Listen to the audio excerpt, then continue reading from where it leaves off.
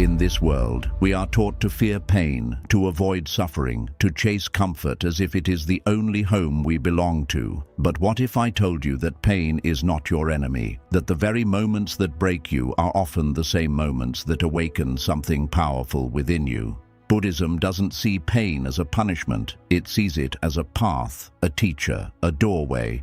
Sometimes life closes every door, removes every comfort, and leaves you standing in a silence so loud it echoes inside your soul. And in that silence, something sacred begins. The self you thought you were begins to dissolve, and beneath it, a deeper self, untouched by the world, begins to stir. So, if you are going through pain right now, if your heart is heavy and your soul tired, know this: you are not being buried. You are being planted because something better is trying to grow. And the soil of your suffering may just be the birthplace of your most beautiful transformation. Let us walk together through powerful lessons from Buddhist wisdom that show why life's deepest hurt may be the seed of your highest awakening. 1. The flower only blooms after it breaks the seed. Every beautiful flower you see, whether it's a vibrant lotus rising from the mud or a delicate bloom swaying in the wind, did not begin its journey in light, beauty, or ease. It began in total darkness, buried beneath the soil, in a place no one could see, in conditions that were cold, silent, and seemingly lifeless. The seed, small and fragile, rests under layers of earth where no sunshine reaches, no fresh air flows, and no human eye can observe its struggle. And yet, deep within that seed, something begins to stir, a quiet force, a silent urge to grow, to become, to rise. But before the seed can ever reach the surface, before it can feel the warmth of the sun or display its colors to the world, it must go through something that looks like destruction. It must crack open. Its outer shell, the very thing that once protected it, must break. The structure that kept it whole must fall apart. Without that breaking, the life inside it will never be set free. The seed cannot bloom unless it lets go of what it used to be. And in this, we find a reflection of ourselves. As human beings, our souls often begin their transformation not in moments of joy or comfort, but in moments of deep pain and uncertainty. When your world feels like it's collapsing, when relationships fall apart, when your dreams dissolve, when everything you've depended on begins to slip through your fingers, that is when something sacred begins. Just like the seed, you are not being destroyed. You are being broken open so that something higher, something more authentic can come alive. Buddhism teaches that suffering is not the end of your story. It's the beginning of your awakening. Pain, confusion, and emotional storms are not curses. They are catalysts. They shake you, not to weaken you, but to stir the strength that has been lying dormant inside you. These trials are not random punishments. They are sacred opportunities. Opportunities to shed the false layers you've built around your soul, layers of ego, fear, expectation, and attachment. When those layers crack, your true self, the part of you that is wise, compassionate, and resilient, finally has room to breathe. So, when you are in the middle of your breaking, when your life feels unfamiliar and your heart feels fragile, remind yourself, this is not the end. This is not failure. This is the very beginning of something extraordinary. You are becoming the person you were always meant to be. You are stepping into a version of yourself that cannot be shaped by ease alone. It must be sculpted by challenge. And like the flower that eventually rises from the dirt to greet the sun, you too will rise, not in spite of your pain, but because of it. So do not fear the breaking. Do not resist it. Embrace it. Trust it. Because what feels like falling apart is often life rearranging you in ways that align you with your highest purpose. In the silence of your suffering, in the soil of your sorrow, something beautiful is growing, and that something is you. 2. Pain is the fire that burns away the false self. Imagine a sculptor standing before a massive block of stone. At first glance, the stone looks complete, whole, untouched, solid. But the sculptor doesn't see the stone as it is. He sees the figure hidden inside. And to bring that figure into the light, he must begin the process of carving. With each strike of the chisel, a piece of the stone falls away. Every strike seems harsh, violent, and destructive, but in truth, every blow is a precise act of creation. Every piece removed is something that never belonged. The figure hidden within the stone was always there. The sculptor simply had to remove the excess to reveal it. In much the same way, the pain you face in life acts as a sculptor of the soul. When suffering arrives, it does not come to ruin you. It comes to reshape you, to chip away everything that is not truly you. Your ego, your attachments, your fear, your pride, these are the excess layers that build up around the essence of who you are. Life, in its mysterious wisdom, uses pain to carve them away, not to harm you, but to reveal you. Buddhist wisdom teaches that we often live behind a false self, a version of ourselves built from expectations, fears, social roles, and stories we've told ourselves since childhood. This false self clings to the idea of control, to identity, to what we think we need to be happy. But as long as we are trapped in this illusion, we cannot experience true liberation. The purpose of suffering is not to punish you for being human. It is to awaken you to the truth that you are far more than the identity you've constructed. Pain feels like fire, and fire by nature consumes. But in Buddhism, fire is also a purifier. It burns away what is impure, what is unnecessary, what is heavy. It leaves behind only what is essential. When you walk through the fire of pain, you lose pieces of yourself, not the real you, but the false attachments you've clung to for far too long. You begin to see that you don't need to be perfect. You don't need to be accepted by everyone. You don't need to control everything. And in that moment of surrender, something profound happens. You return to your core. You become softer, not weaker, but more open. You begin to see the world differently. You stop reacting with anger and start responding with compassion. You stop needing constant validation and begin to feel contentment from within. The person who emerges from pain is not the same person who entered it. You are humbled, but also expanded. You are scarred, but also sacred. You've lost pieces of your old self, but in losing them, you've gained truth. It is not easy to walk through this fire. At times, it will feel unfair. You may ask, why me? You may cry for the pain to stop. And that's okay. Buddhism never asks you to pretend you're not hurting. It only asks you to stay awake inside the pain, to observe it, to breathe through it, and to trust that it is leading you somewhere your comfort zone never could. So if life has thrown you into a fire, if everything around you seems to be falling apart, pause for a moment. Look inward. Ask yourself, what is this trying to remove? What illusion is being burned away? What truth is being revealed? Sometimes the fire doesn't destroy you. Sometimes it saves you, because only when you've been stripped of what is false can you finally stand in what is real. And what is real cannot be burned. It cannot be shaken. It cannot be taken away. It is the part of you that has always been whole. 3. Growth feels like destruction in the beginning. We often imagine growth as something beautiful and peaceful, like a tree slowly stretching toward the sky, kissed by the sun and cradled by the breeze.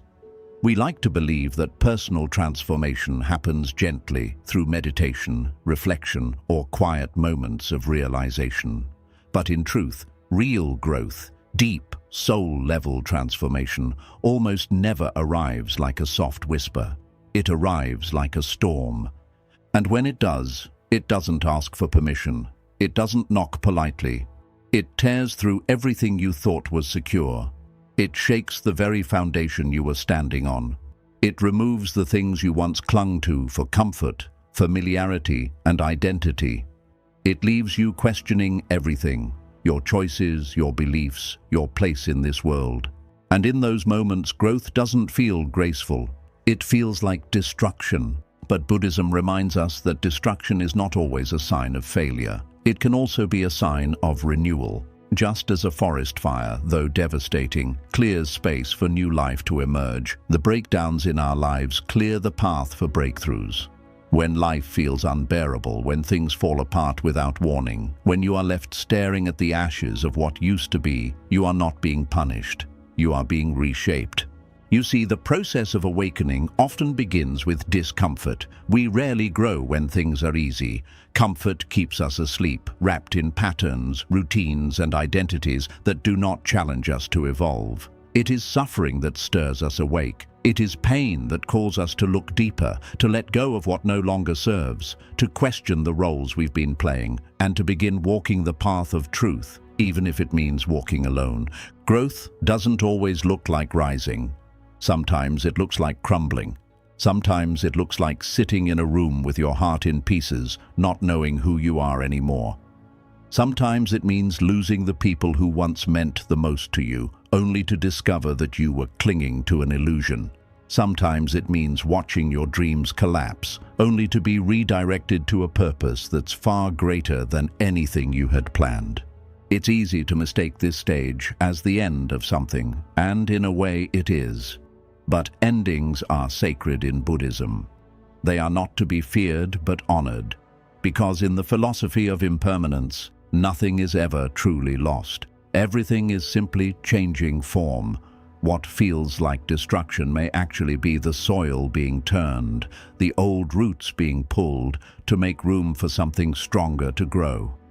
The teachings of the Buddha remind us that all conditioned things are temporary. Your emotions, your relationships, your attachments, your pain, none of them will last forever. And when things begin to fall apart, it may not be life being cruel. It may be life aligning you with something deeper, something more real, something that cannot be taken away. So if your world feels like it's collapsing, if your identity is dissolving, if you no longer recognize the person staring back at you in the mirror, pause. Don't run. Don't panic. Don't try to rebuild something that was never meant to last. Instead, allow yourself to sit in the space between what was and what's becoming. This is the cocoon stage, the stage where the caterpillar melts into nothingness before becoming the butterfly. It is terrifying to be in this in-between, to not know what's next, to feel like you've lost everything. But in Buddhism, this stage is sacred. It's where your ego dies and your essence begins to speak. It's where your mind surrenders and your soul begins to lead. And though it hurts, it's also honest, it's real, it's raw, and it's exactly where transformation begins. Growth will not always be visible to others. It may not make sense to your family. It may not be applauded by your friends. It might look from the outside like you're falling apart, but only you will know what's really happening. You are being stripped bare so that your truest self can be revealed. You are being emptied so that you can be filled with something real. So when life feels like a storm has ripped through everything you once held sacred, know this: you are not broken. You are being rebuilt. Not according to your old blueprints, but according to your soul's deepest design. The chaos you feel now is not the end. It is the earthquake that frees you from the cage you were never meant to live in. Trust the process, even when it doesn't make sense. Especially when it doesn't make sense, because the life that is trying to emerge from within you is far more beautiful, far more powerful, and far more aligned than anything you've ever known before. And sometimes, the only way to reach that life is to allow the old one to fall away. 4. The wound is where awareness enters. There are moments in life when pain becomes so intense that it cuts through every distraction, every illusion, every layer of protection we've built around ourselves. In those moments, the pain doesn't just visit, it settles deep into the heart. It lingers, it pulsates, it forces you to stop, to listen, to see. And it is in those very moments, as difficult and raw as they are, that awareness quietly begins to awaken. Buddhist teachings remind us that suffering is not simply a punishment for past actions or a burden to bear. It is a teacher, a mirror that reflects what we have ignored, denied, or pushed aside for too long. It points us inward, toward the places that need healing, the thoughts that need unlearning, and the stories that no longer serve us. But this awakening often begins at the site of the wound. The wound becomes the entry point, not the obstacle, to deeper presence, greater truth, and inner transformation. Think of the times when your heart was broken, when someone left, when you lost something you thought you could never live without, when you were betrayed, abandoned, rejected, or misunderstood. Those moments may have brought you to your knees, but they also brought you face to face with your own soul. They stripped away the noise of daily life. They silenced the distractions. They revealed what was hidden beneath the surface. In that silence, painful as it was, you began to feel something deeper. You began to notice your breath. You began to observe your thoughts. You started to hear your own voice, the one you'd been too busy, too afraid, or too distracted to listen to before. Pain, for all its difficulty, has the power to strip away illusion and bring us directly into the present moment. And it is only in the present moment that true awareness lives. Buddhism teaches the value of mindfulness, not as a trendy practice, but as a way of truly living. Mindfulness is not about forcing happiness or avoiding pain. It is about sitting with what is, exactly as it is, without judgment. And often it is the wound that first calls us into mindfulness. Because when you're hurting, you can no longer afford to live on autopilot. You must pay attention to your breath, to your body, to your heart. You become aware of the sensations you once ignored, the tightness in your chest, the tears behind your eyes, the thoughts spinning in your mind. And slowly, this awareness becomes a kind of medicine. It doesn't take the pain away immediately, but it changes your relationship with the pain. Instead of fighting it, you observe it. Instead of fearing it, you explore it. Instead of numbing it, you feel it fully. And in doing so, you begin to heal. There's a powerful Zen saying, "The wound is where the light enters." And this is not just poetic, it's profoundly true. When your heart breaks, it opens. And when it opens, the light of awareness pours in. You begin to ask questions you never asked before. Who am I beneath my roles and titles? What do I truly want? What parts of me have I abandoned in order to be loved or accepted? What am I here to learn, to unlearn, to become? These are not small questions, they are sacred ones, and they don't arise in comfort. They arise in crisis. They surface in the wake of pain. Pain becomes the doorway, the path, the teacher. You may look back and realize that the greatest lessons of your life didn't come from your happiest moments. They came from the moments that tore you open, the moments that humbled you, the moments that made you cry alone at night, wondering if you'd ever feel whole again. But it was precisely because you felt that pain that you learned how to be present, how to be compassionate, how to be still, how to see. The wound is not something to be ashamed of. It is something to honor. It shows that you have lived, that you have risked, that you have felt deeply. And now that very wound is becoming your portal to a higher level of consciousness. In Buddhist meditation, one is taught to observe suffering without clinging or pushing it away, to let it rise and fall like waves, to witness it without becoming it. This practice doesn't erase the wound, but it allows you to see the space around it, to realize that while pain may visit your life, it is not the totality of your being. You are more than the wound. You are the awareness that holds it. And from this awareness, compassion grows, not just for yourself, but for others. You begin to see that everyone is wounded in some way, that behind every smile might be a story of sorrow, that even those who hurt you may be carrying their own invisible pain. This awareness softens your heart. It makes you kinder. It makes you wiser. So the next time you feel broken, the next time your chest aches with emotion, the next time the weight of grief or disappointment feels unbearable, pause. Don't rush to escape it. Don't cover it with noise. Just sit with it. Let the pain speak. Let the tears fall. Let the silence expand. Because in that sacred stillness, something ancient awakens. A light begins to shine, not in spite of the wound, but because of it. This is the gift hidden inside your suffering: deeper awareness, a clearer vision, a more open heart. And that, dear soul, is the beginning of true healing.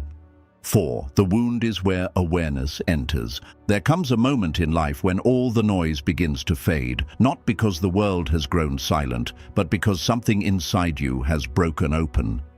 Not in a dramatic way, but in a slow, aching unraveling. The kind of break that doesn't scream, but whispers in 1,000 invisible ways. You walk through your days wearing the same clothes, saying the same words, doing what you've always done, but something feels different. A crack has appeared, not outside, but deep within you. It begins with something simple, a comment that cuts deeper than it should, a goodbye you weren't expecting, a dream that quietly slips away.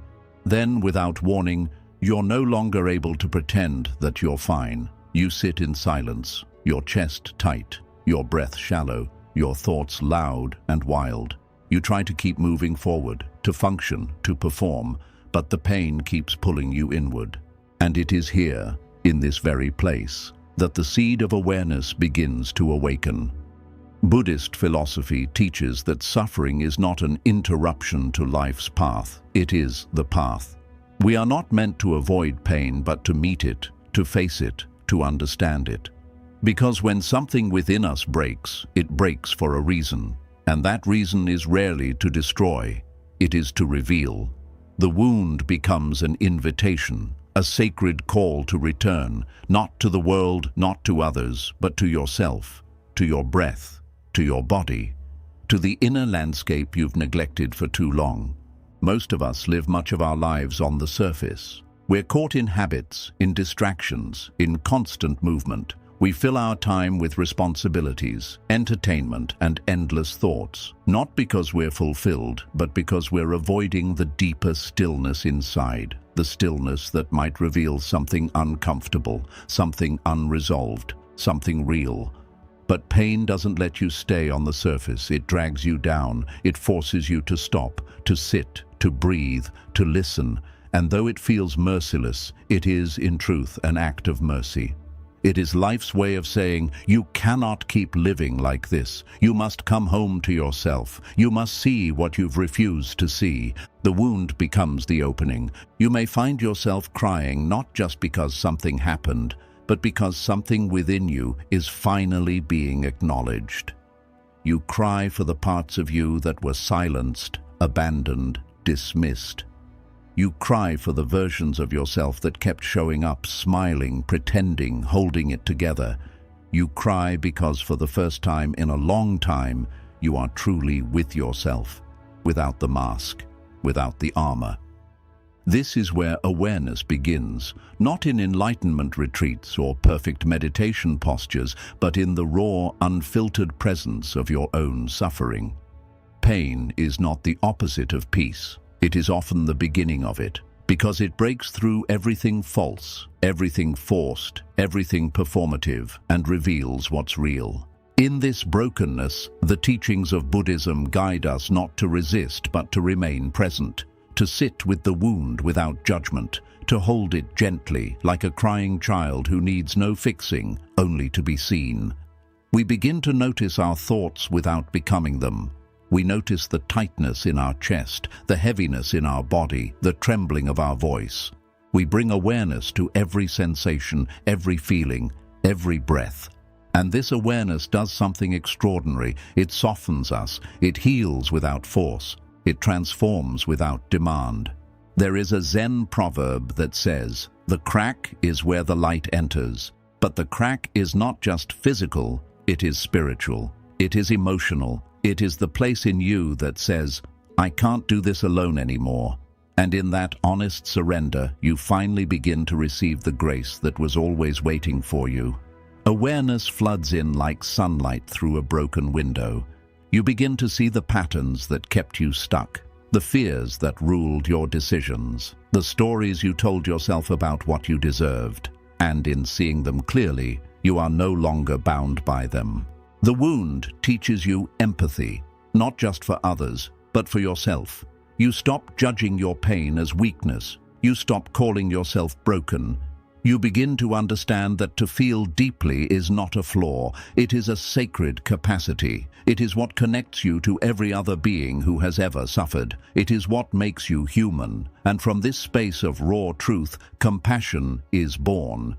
You no longer look at others with harsh eyes. You see their silence as a form of protection. You see their distance not as rejection, but as someone managing their own pain. You begin to realize that everyone is carrying something, and that realization makes you kinder, softer, slower to judge, quicker to love. From the Buddhist perspective, the wound is not something to fix. It is something to understand, something to bow to, something to learn from.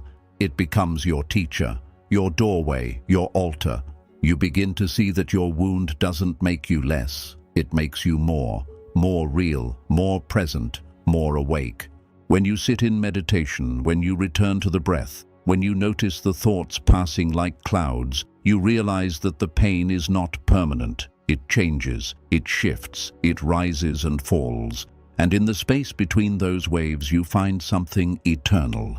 The observer, the awareness, the unchanging stillness beneath all the movement.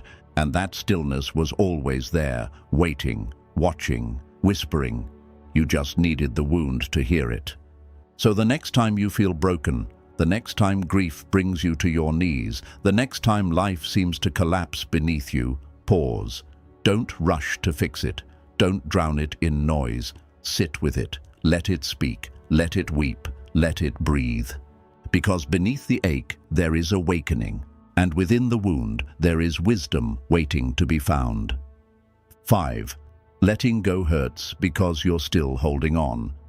There's a certain kind of pain that doesn't scream, doesn't shout, and doesn't come from outside forces. It comes from within. It's the kind of pain that lingers in silence. The ache you feel when something is over, but a part of you refuses to accept it. When someone walks away, when a chapter closes, when a season ends, and you know, deep down, it's time to let go, but your heart still clings, and so you suffer. In Buddhism, one of the most profound truths is this: attachment is the root of suffering. Not because the things we love are bad, but because we confuse them with permanence. We hold on to them as if they will always stay, as if we can stop time, as if we can freeze life into moments of security and certainty. But life, by its very nature, flows. It changes. It moves like a river. Never the same, never still, never yours to possess. And when you try to hold on to what is meant to pass, that grasp becomes the very source of your pain. Letting go is not a simple act of release. It is a process of unwinding everything you've wrapped your identity around. We don't just cling to people, we cling to roles, to ideas, to expectations. We hold tightly to what we believed our life was supposed to look like, to who we thought we'd become, to how we expected others to treat us. And when reality doesn't match our fantasy, we suffer, not because life betrayed us, but because our attachment would not allow us to flow with it. Think of a person gripping a rope. The rope begins to burn their hands. The tighter they hold on, the more pain they feel. The logical solution would be to let go, but the mind resists. It says, "What if I fall? What if I never find another rope? What if this is all I have?" And so we hold on, long after we've outgrown the situation, long after it's turned toxic, long after the rope has begun to bleed us. Why do we do this? Because to let go is to face the unknown, and the unknown terrifies us. Even if the current situation is painful, it is familiar, and we mistake familiarity for safety. The ego tells us that holding on gives us control, but in truth it only gives us tension, anxiety, and exhaustion. Control is an illusion. Life is not meant to be controlled. It's meant to be experienced. And sometimes that experience requires us to loosen our grip and surrender. Buddhist practice doesn't force us to detach harshly. It invites us to do so with mindfulness and compassion. It asks us to examine our attachments gently, to ask, why am I holding on? What am I afraid will happen if I let this go? What part of me believes I need this to be whole? These questions are not meant to shame you.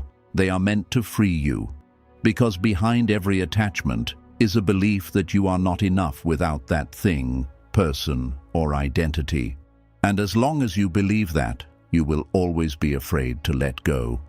Letting go hurts, not because the act itself is violent, but because we have built meaning around what we're releasing.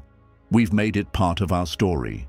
We've told ourselves, without this, I am less. But the truth is, the things that fall away are not taking pieces of you. They are revealing what was never truly you to begin with. When a relationship ends, it may feel like a death, but what is dying is the image you had of the future, not your capacity to love. When you walk away from a job, it may feel like you're losing stability, but what's actually crumbling is the illusion that your worth was tied to your title.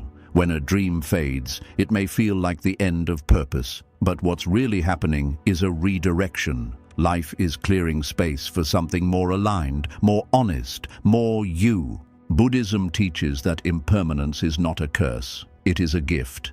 It is what makes each moment precious. What makes love real is not that it lasts forever, but that it is deeply present while it lasts. What makes your breath sacred is that each one could be your last. And what makes life beautiful is that nothing in it can be possessed, only appreciated. So, what does it mean to let go? It means trusting the flow of life more than you trust your fear. It means loosening your grip on what is fading and turning your palms upward to receive what is coming.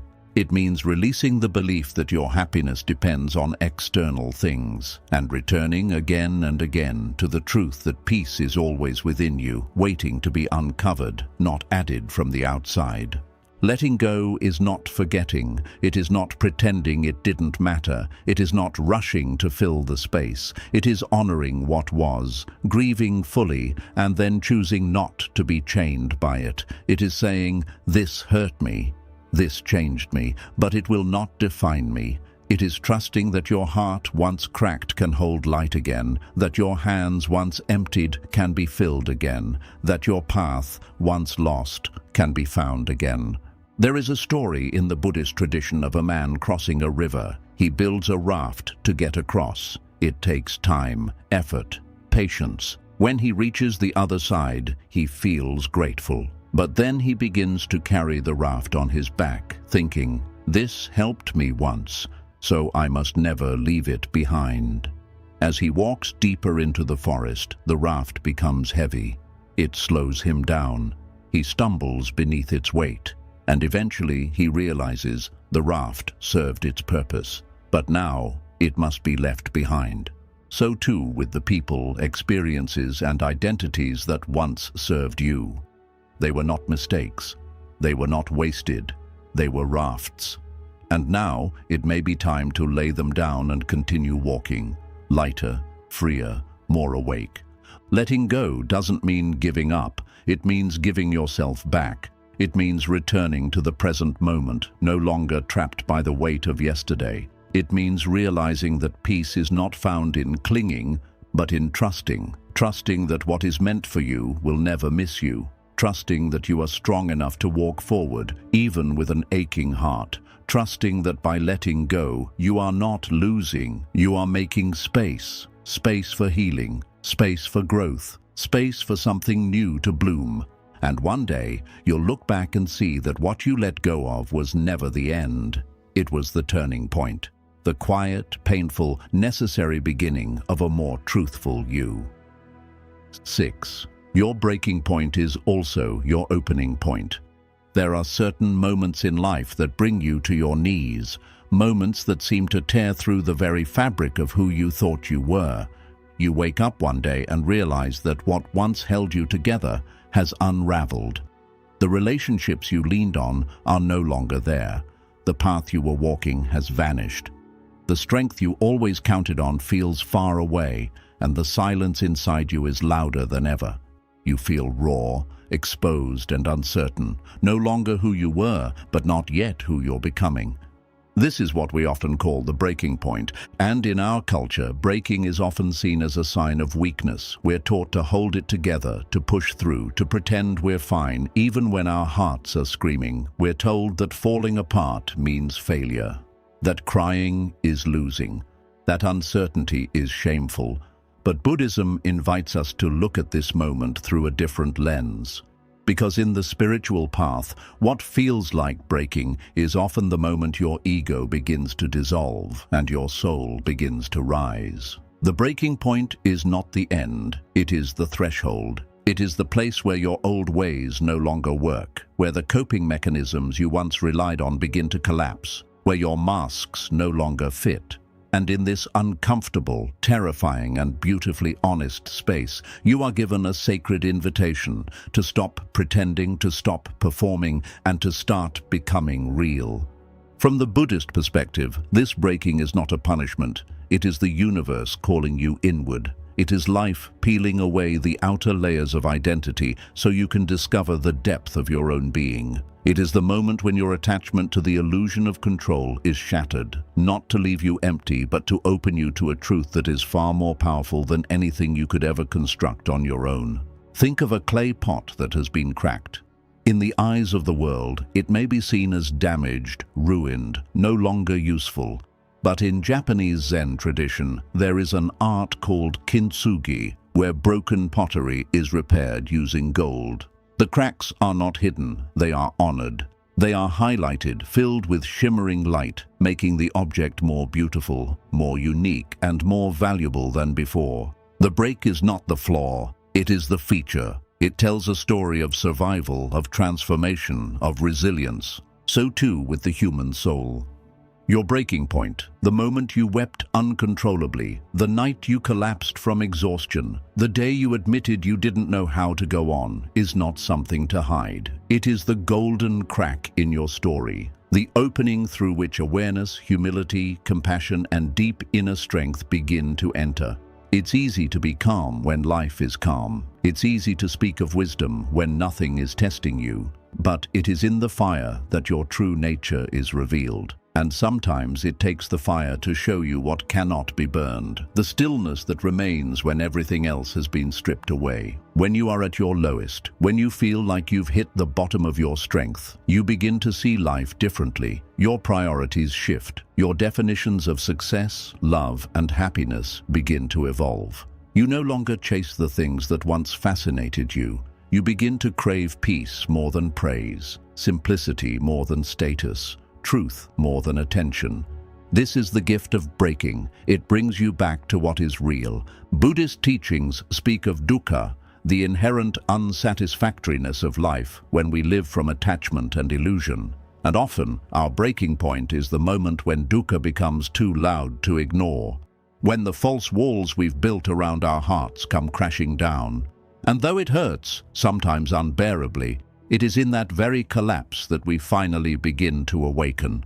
You start to notice your breath again. You sit in silence, not out of preference, but out of necessity. You begin to slow down. You start paying attention to your body, your thoughts, your surroundings. You realize that everything you were chasing was taking you further from yourself. And in this stillness, you discover a truth that had been waiting for you all along. You don't need to be fixed. You need to be found. And you are not found in perfection. You are found in the broken places. This is why in Buddhism, the breaking point is sacred. It is where the journey inward begins. It is where the search for external answers ends and the inner knowing takes root. It is where you stop relying on outer validation and begin to trust your own inner wisdom. It is where you realize that what was falling apart was not you, but the illusion of you, the version of yourself that was shaped by fear, approval-seeking, expectations, and societal conditioning. You are not here to stay unbroken. You are here to open, and sometimes life must press against your edges, must stretch you, must shake you, so that the old shell can crack and something vast, silent, and unshakable can emerge from within. So if you find yourself breaking, if you are waking up with a heaviness you cannot name, if you're grieving the loss of what was familiar, if you feel lost in the space between who you were and who you're becoming, know that you are exactly where transformation begins. Don't rush to fix it. Don't rush to explain it. Don't try to make sense of the chaos right away. Sit with it. Breathe with it. Let the storm pass through you. And trust that what remains after the storm is not weakness. It is your core. It is the part of you that was always whole but had been covered by layers of noise, ambition, and distraction. Your breaking point is not the edge of your story. It is the place where your real story begins.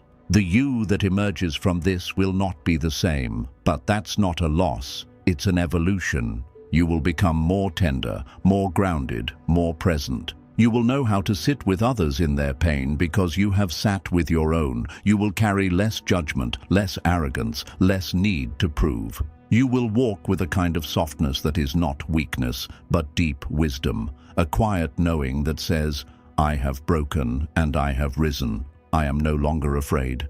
And in time, you will look back at this moment, not with shame, but with reverence. Because it was in the breaking that the light finally got in, and it was in the breaking that you finally began to see who you really are. 7. What hurts you most is guiding you to your Dharma.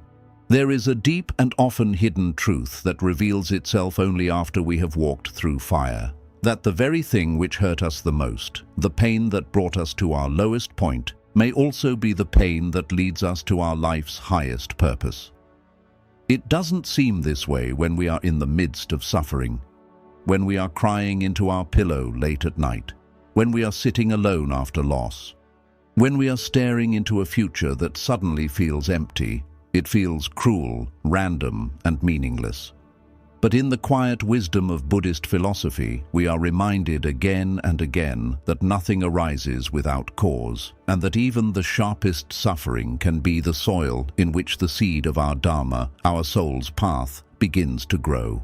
Dharma is not just a job. It is not merely a duty or a role. It is the sacred thread that runs through your life, the deeper reason you are here, the truth that your soul came into this world to embody and express. But here is what many don't realize. Your Dharma is not always found in joy. It is often hidden within the shadow. It reveals itself not when everything goes right, but when everything falls apart. In Buddhism, suffering is not an accident. It is part of the fabric of existence. Not because life is cruel, but because life is a great teacher, and suffering is one of its most powerful lessons. The pain you experienced, whether from betrayal, illness, heartbreak, failure, abandonment, or grief, is not meaningless. It is the carving. It is the shaping. It is the pressure that breaks the false identity so your deeper truth can come forward. So often people find their calling not in success, but in breakdown. A woman loses her job only to discover that she was never meant to work in that environment. She was meant to become a healer, a writer, a guide. A man loses someone he loves, and in the dark night of mourning, he discovers a strength, a tenderness, a spiritual sensitivity he never knew he had. A person falls into deep anxiety only to emerge with the understanding and compassion to help others out of that same darkness. These are not accidents. These are callings disguised as catastrophes. Buddhism reminds us of the law of cause and effect. What happens externally is connected to what is unfolding within. And often when the outer world seems to be crumbling, it's because your inner world is demanding to be heard. Your soul is ready to grow, but growth requires space. And to make space, sometimes life must first remove everything that is not aligned.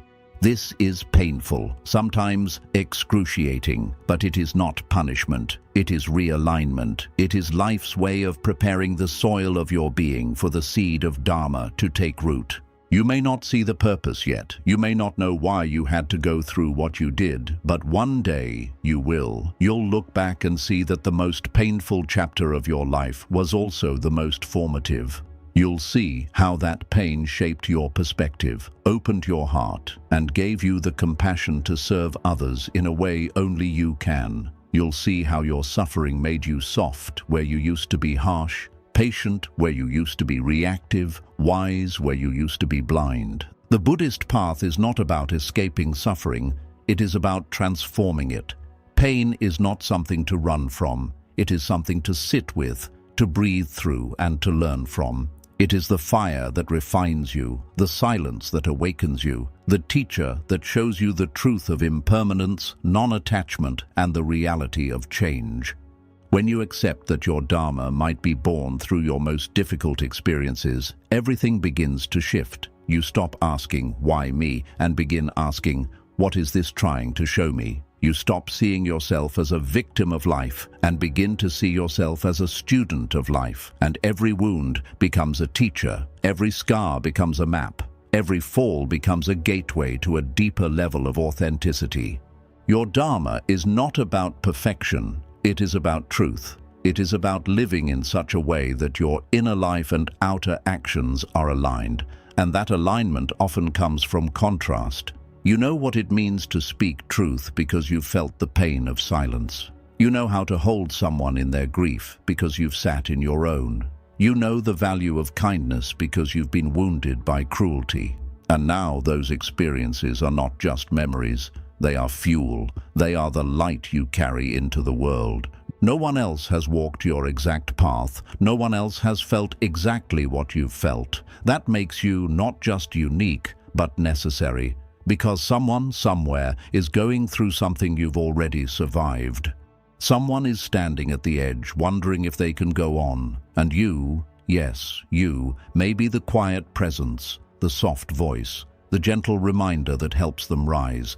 This is the true beauty of Dharma. It is never selfish. It always flows outward. The pain that cracked you open becomes the love that helps others heal. The loss that brought you to your knees becomes the wisdom that lifts someone else. Your story, once filled with sorrow, becomes a lantern for those still walking through the dark. So when life hurts you, don't assume it's the end. Sit with the pain. Listen to it. Ask it what it's here to teach you. Let it guide you inward, and slowly, gently, trust that the same force that allowed the wound will also guide the healing. Trust that there is a reason your heart still beats, your lungs still breathe, and your soul still stirs. You are not lost. You are not broken. You are being prepared. Your Dharma is not found in spite of your suffering.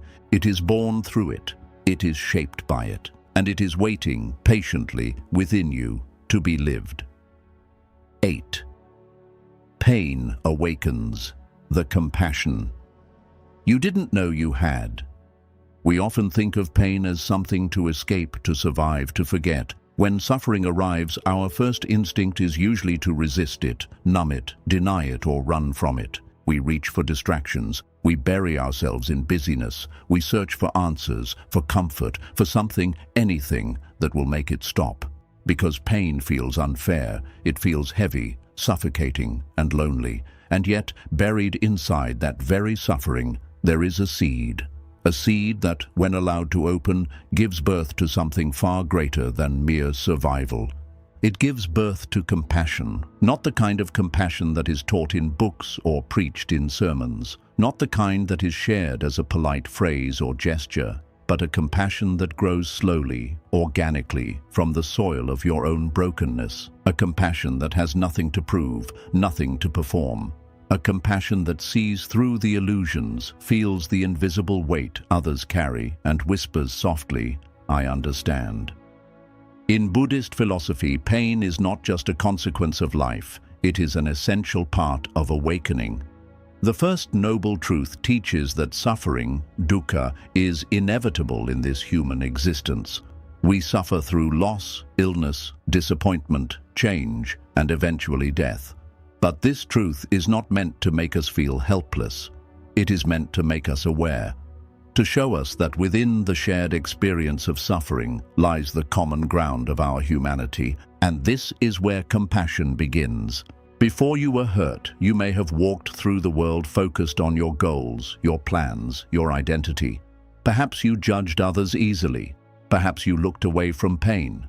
Perhaps you didn't fully understand the struggles of the people around you, not because you didn't care, but because you hadn't yet been broken open. Your heart, though good, was still hidden behind layers of comfort and certainty. And then it happened. Life struck. Maybe it was the death of someone you loved. Maybe it was the betrayal of someone you trusted. Maybe it was your body failing you, or your mind turning against itself, or the quiet collapse of a dream you built your whole life around. Whatever it was, it brought you to your knees. It stripped you bare. It humbled you. And in that moment, when your voice trembled, when your eyes blurred with tears, when your heart cracked beneath the weight of something too large to carry, you changed. Something shifted. You began to see differently, to feel differently, to move through the world with a softness you didn't have before, not because the pain made you weak, but because it made you real. Suddenly, when you passed a stranger with tired eyes, you paused. When someone snapped at you in frustration, you no longer responded with anger. You wondered what they were going through. You saw the pain beneath their words. You recognized it because you'd seen it in yourself. You'd felt it in those quiet nights when no one knew you were hurting. You'd lived it when you smiled in public but were falling apart inside. This is the compassion that pain awakens. It's not loud, it doesn't boast, it simply lives inside you like a gentle presence. It guides you to listen more deeply, to speak more kindly, to hold space for others without trying to fix them. You begin to realize that the greatest gift you can offer is not advice or solutions, but presence, to sit with someone in their pain without flinching, to say with your silence, "You're not alone." In Buddhist practice, the cultivation of karuna, compassion, is not separate from the path to enlightenment. It is central to it, because as your awareness deepens, your heart softens. You stop dividing the world into me and them. You begin to understand that all beings, no matter their status, their beliefs, or their actions, are searching for the same thing: peace, safety, belonging. And you begin to see that their harmful behavior is often rooted not in evil, but in pain. And once you've seen pain up close, once you've held it in your own body, tasted it in your own mouth, you stop pretending that anyone is above or below you.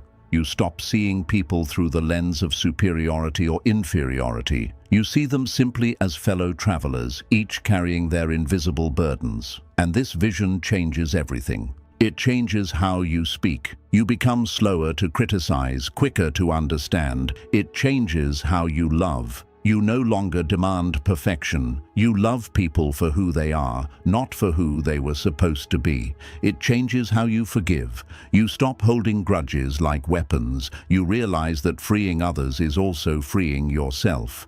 And perhaps most importantly, it changes how you treat yourself.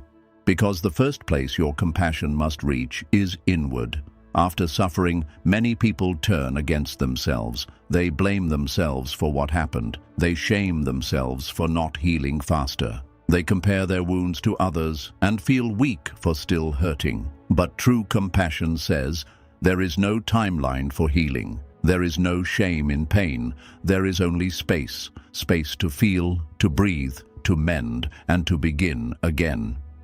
In Buddhist meditation, we practice metta bhavana, the cultivation of loving kindness. We start with ourselves. We speak phrases like, "May I be safe, may I be well, may I be free from suffering." And slowly, we expand those wishes to others, our loved ones, our acquaintances, even those who have harmed us, not because they deserve it in a worldly sense, but because we deserve to live free of bitterness. Because the world needs more compassion, not more punishment. Because forgiveness is not saying, "What you did was okay." It's saying, "I will not carry this pain any longer. I choose peace."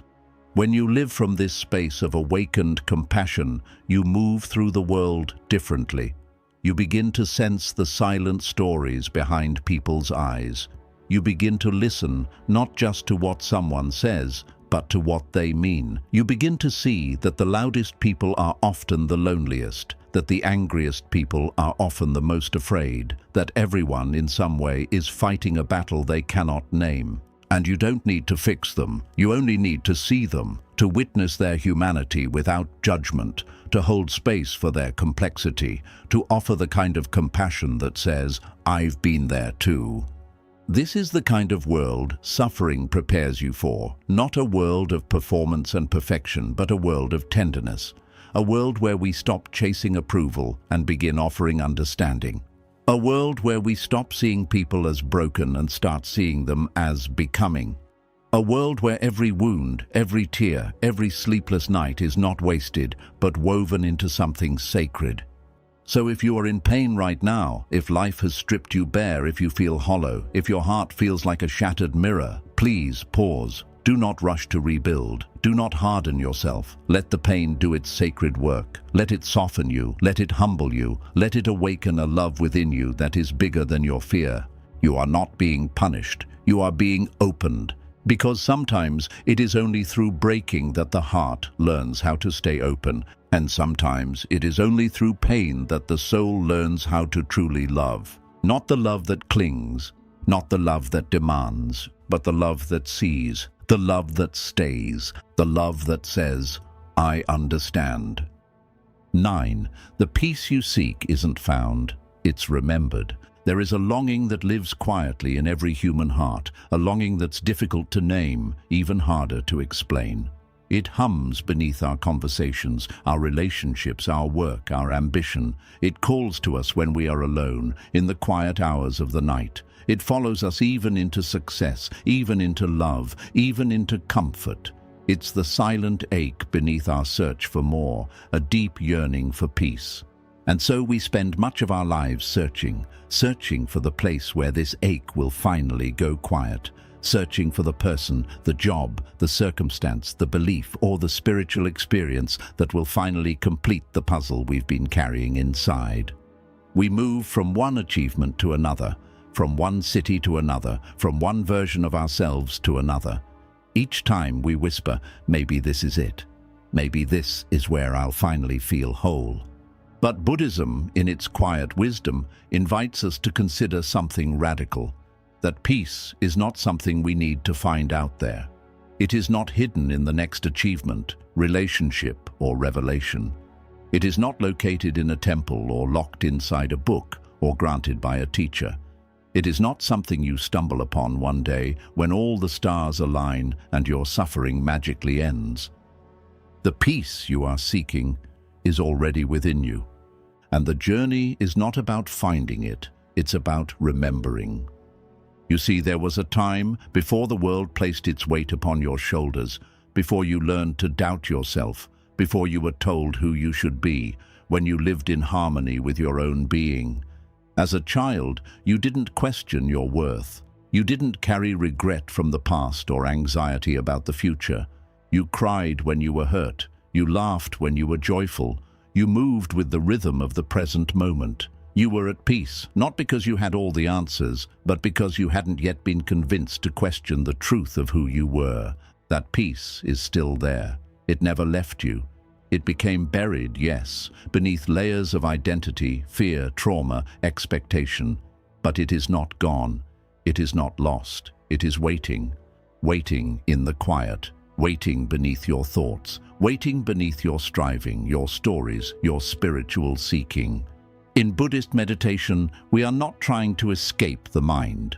We are simply observing it, watching the thoughts rise and fall like waves on the ocean, watching sensations come and go, watching emotions pass through like clouds. And in that space of observation, we begin to see a deeper layer of our being, a stillness that is untouched by the noise, a presence that remains even when everything else changes. This is the peace you've been looking for, not a feeling that depends on good circumstances, not a fleeting moment of calm, but a baseline of awareness that is always available when we return to now. But why do we forget? Because the world is loud. It pulls us outward. It teaches us that peace must be earned, that we must work harder, become better, achieve more, that stillness is laziness, that self-trust is arrogance, that silence is emptiness. And so we become tangled in doing, in proving, in collecting accomplishments, followers, affirmations, thinking they will finally fill the hollow ache inside. But the more we chase peace, the further it seems to go, because peace does not come from running. It comes from resting, from remembering. To remember means to return, to gather the scattered pieces of yourself and come back home, not to a place, not to a person, but to your own center, your own breath, your own being. This kind of peace cannot be sold to you. It cannot be explained in words. It can only be experienced, felt, touched in those rare moments when you stop trying to fix yourself and simply allow yourself to be. Have you ever sat beneath a tree and felt its stillness? Watched a river move without resistance? Listened to birdsong without naming it? These moments are not empty. They are full of presence, full of being, and they remind you of what you've always known, that life is not something you have to conquer.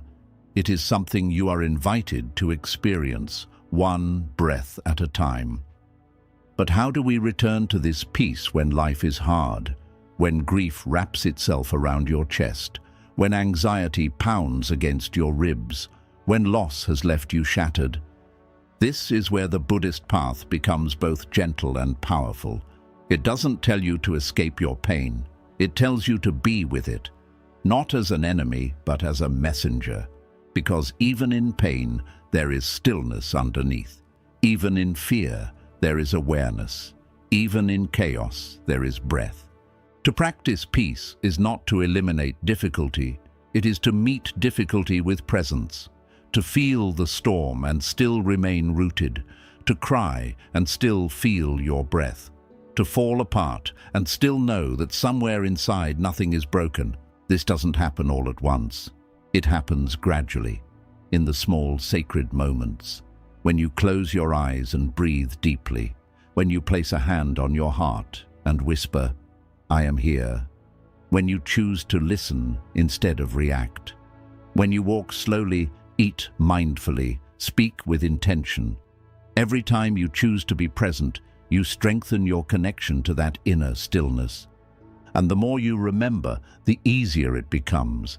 You begin to notice how much of your suffering was not from what was happening, but from your resistance to it.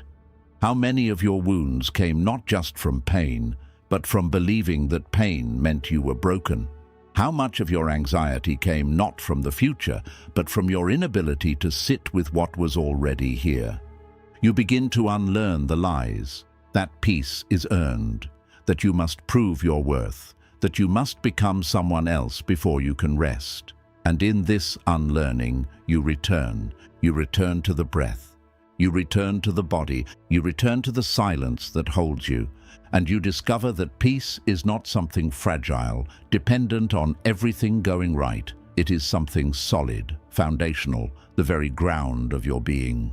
You are not broken, you are buried. And the process of spiritual awakening is not about adding to yourself. It is about peeling back the layers. It is about removing what is not you, the roles, the expectations, the fears, the noise, until what remains is simply presence, pure, software, whole.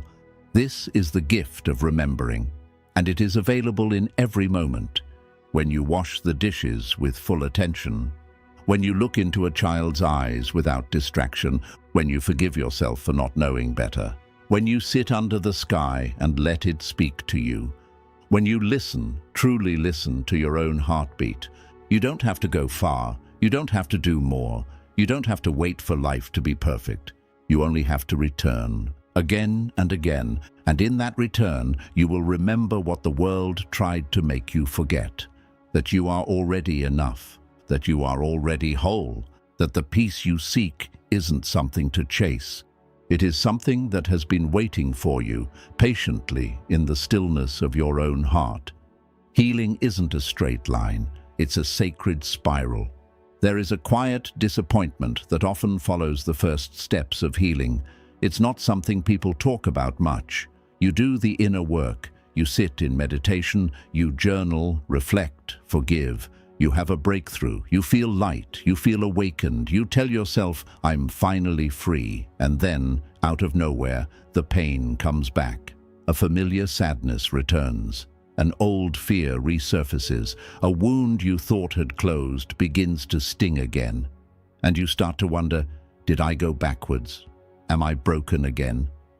But you're not broken, and you haven't gone backwards. You're simply moving in the spiral of healing.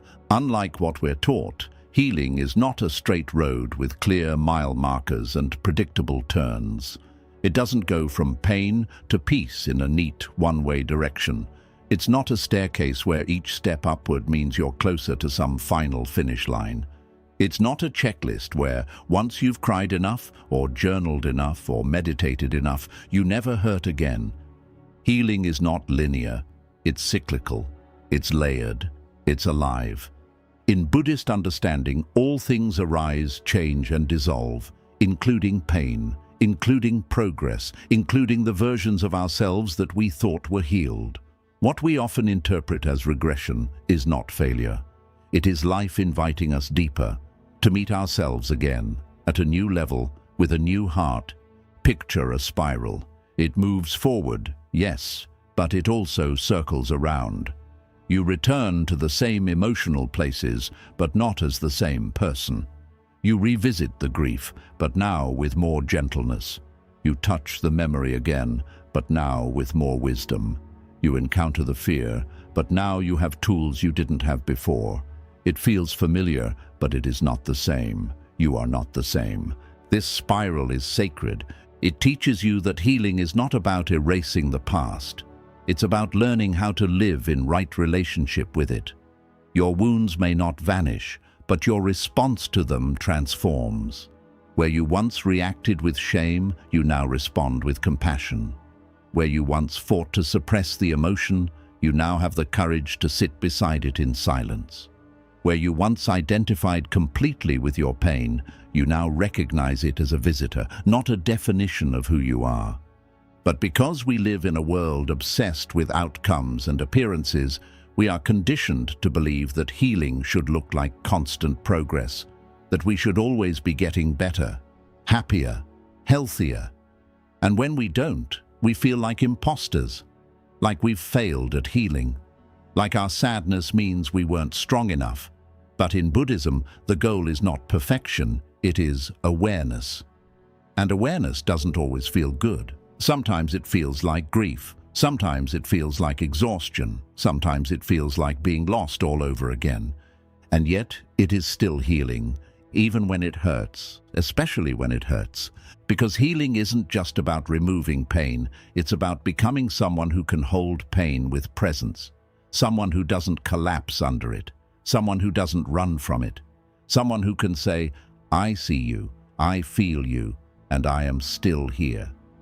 This is why the spiral matters, because each time you come around to the same wound, you are offered another chance, a chance to respond differently, to love yourself more fiercely, to forgive more deeply, to choose rest over punishment, to choose stillness over striving.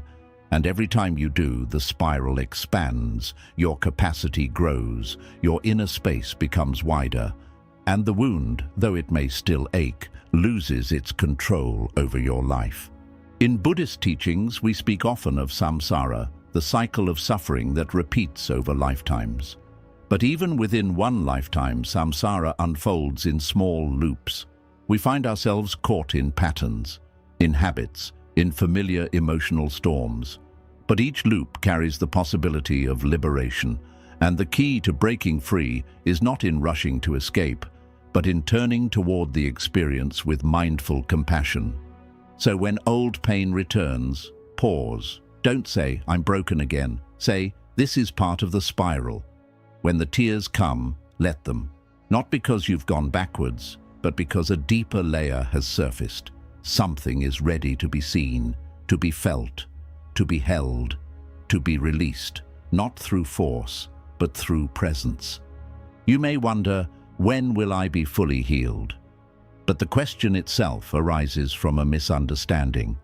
Healing is not a destination you arrive at. It's a relationship you build with your own heart, with your body, with the present moment. It's not something you master. It's something you continue, breath by breath, step by step, day by day. Some days you'll feel radiant, other days you'll feel broken. Both are part of the path. Both are worthy, both are sacred. In Zen practice, there is a phrase, before enlightenment, chop wood, carry water. After enlightenment, chop wood, carry water. This reminds us that spiritual growth does not remove us from life's realities. It deepens our relationship with them. You may still experience sadness, still feel anxiety, still lose your way. But now you meet these moments with open eyes and an open heart. Now you remember to breathe, to bow, to return. And even in the moments you forget, the path is still beneath your feet. This is the kindness of the spiral. It always brings you back. You may not be where you thought you'd be, but you are exactly where you're meant to be. Not because everything is perfect, but because you are willing to keep showing up with softness, with patience, with faith. That's what real healing looks like. Not the absence of pain, but the presence of grace. The grace to start again, to forgive yourself again, to listen again, to rest again. The spiral invites you not to measure your healing in timelines, but in tenderness, not in milestones, but in moments of courage. The moment you choose to stay instead of run. The moment you reach out instead of isolate. The moment you place a hand over your heart and whisper, "It's okay." And with each loop around the spiral, you realize that you're not moving in circles. You're moving inward, closer to your center, closer to peace, closer to a version of yourself that is not afraid of being unfinished. Because being unfinished is not the same as being unworthy. It means you are alive. It means you are learning. It means you are healing. And healing, when done with love and awareness, becomes not just a process, but a prayer. A daily return to yourself. Not once, not perfectly, but again and again and again. Until one day, you find yourself in a moment of silence, and you feel it. Not the absence of pain, but the fullness of presence. And you realize, with tears in your eyes and stillness in your chest. This is what healing looks like. And it was never a straight line. It was always a sacred spiral. Stillness is not emptiness. It's where everything begins. In a world that constantly tells us to move faster, do more, achieve higher, and fill every moment with noise or motion, stillness is often misunderstood. It's mistaken for laziness. It's confused with stagnation. It's dismissed as emptiness. People say, "You're doing nothing," as if that's a flaw, as if stillness is something to feel guilty about, as if rest and presence are inferior to productivity and performance. But in Buddhism, stillness is not a void. It is not a lack of value or meaning. It is not a waste of time. Stillness, in its true form, is the most fertile ground of all. It is where everything begins. Before the first breath, there was stillness. Before thought arises, there is stillness. Before action, before movement, before the first word spoken or step taken, there is a moment of silence. And in that space, that sacred pause, something profound is born. A presence, a clarity, a truth that exists before the mind labels it or the world interferes. This stillness is not dead space. It is living awareness. It is pure being. We often think that meaning comes from what we do, that we must keep moving to stay alive. That value comes from effort. And so we run. We fill our calendars, our minds, our conversations. We chase goals, distraction, stimulation, and even spiritual enlightenment as if we must achieve it by force. But what if the most important truths can only be discovered by stopping, by listening, by becoming so quiet that the noise of the world fades and the whisper of the soul can finally be heard? In the Buddhist tradition, meditation is not about escaping reality. It is about entering it more fully, not the reality created by your thoughts, but the one that exists beyond them. When you sit in stillness, you're not doing nothing. You're entering the source. You're placing your awareness at the roots of experience. You're peeling back the layers of thinking, reacting, and interpreting to touch the present moment exactly as it is, without judgment, without desire, without resistance.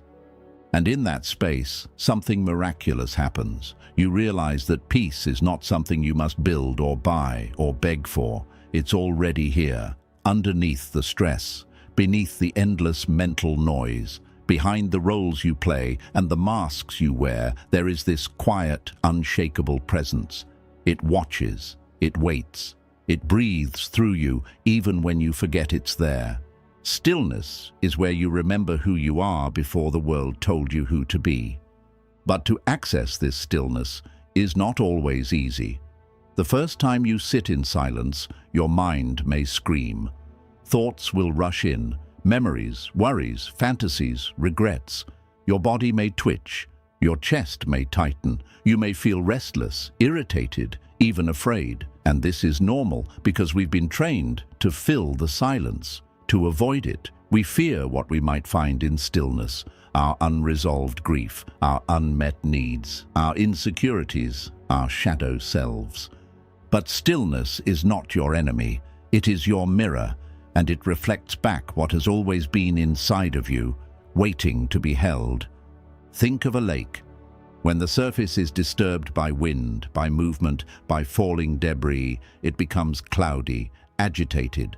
But when the surface is still, the water reflects the sky. You can see through it. You can see into it. Stillness in the mind works the same way. It allows you to see, not just the world around you, but the truth of your inner world. It reveals patterns, fears, attachments, and desires. Not to judge them, but to understand them, to become free of them, not by force, but by clarity. Buddhism doesn't teach that we must become thoughtless robots. It teaches that we must become conscious of the movements within us, that awareness itself is liberation, and awareness can only arise through stillness. Stillness is also where healing begins. When you're constantly running, you're avoiding. When you're constantly doing, you're escaping. But the pain you carry, the grief, the loneliness, the unmet longing, does not dissolve through motion. It waits. It waits for you to slow down, to turn inward, to breathe. It waits for you to stop trying to outrun your own heart. And when you finally sit still, when you close your eyes and surrender to the quiet, the pain doesn't attack, it begins to speak. It speaks in sensations, in subtle waves, in tightness in your chest, in tears that rise without a clear reason. It speaks in the ache behind your eyes, the sigh in your breath, the heaviness in your shoulders.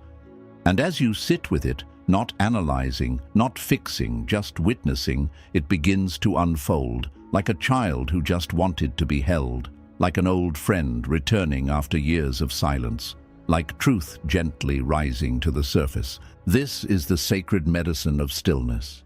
It reveals, it heals, it reconnects you to the part of yourself that never left. But it's not just healing that happens here. Stillness is also the birthplace of creativity, of insight, of intuition. When your mind is constantly filled with noise, there is no space for inspiration to enter. But when you pause, when you let the mind settle, new ideas arise like blossoms in spring. You see possibilities you couldn't see before. You feel clarity where there was once confusion. You sense the direction of your life, not as a plan, but as an inner pull, a movement that rises naturally from your being, like water flowing downhill. And in this space, even suffering takes on a new shape. It is no longer something to fight. It becomes a doorway, a portal into deeper understanding. Because stillness does not erase pain, but it surrounds it with presence. And that presence, gentle, compassionate, spacious, becomes the balm. Stillness is also how we connect to others. True connection does not come from the words we speak. It comes from presence, from your ability to sit with someone without needing to fix them, impress them, or change them. When you are still, truly still, people feel safe around you. They soften, they open, because stillness radiates peace, and peace is magnetic. In a noisy world, stillness is revolutionary. It says, I will not be rushed. It says, I will listen. It says, I will trust the wisdom that comes in silence. It says, I am not afraid of the truth that lives in quiet places. But cultivating stillness requires courage. It requires you to step out of the current of urgency and into the flow of presence. It requires you to say no to the constant tug of productivity, comparison, and distraction. And this is not easy, because the world will not slow down for you. You must choose to slow down within it. And when you do, you'll begin to notice what others miss. You'll hear the sound of wind through the trees as if for the first time. You'll see the way light touches the face of a loved one. You'll feel your breath not as a function, but as a gift. You'll discover that every moment, no matter how ordinary, is quietly extraordinary when met with full presence. Stillness teaches you to stop reaching and start receiving, to stop striving and start being, to stop searching for peace and start embodying it. And most of all, stillness teaches you to trust that you don't have to have all the answers, that you don't have to do it all alone, that beneath all the questions, there is a place inside you that already knows, that has always known. Stillness is not a retreat from life, it is the foundation of life. It is where everything begins. Letting things be is sometimes the most powerful choice. There is an instinct in all of us to fix, to control, to manage, to shape the world around us according to what we believe it should be. When something feels uncomfortable, our first response is often to push against it. When someone behaves in a way we don't understand, we try to change them. When life doesn't go according to plan, we tense up, resist, and demand a different outcome. And while this reaction is deeply human, it is also deeply exhausting. Because the more we try to control everything outside of us, the more we suffer inside. Buddhism teaches a radically different path. It whispers, let it be. Not in resignation, not in defeat, but in wise surrender. In understanding that sometimes the most powerful response to chaos, pain, and imperfection is not to resist, but to allow. To stop interfering, to let the moment breathe, to let the story unfold as it must, not as we wish. This idea, simple on the surface, holds profound depth. It challenges our conditioning. It invites us into a spaciousness that most of us are not used to. Because we've been taught that strength looks like taking action.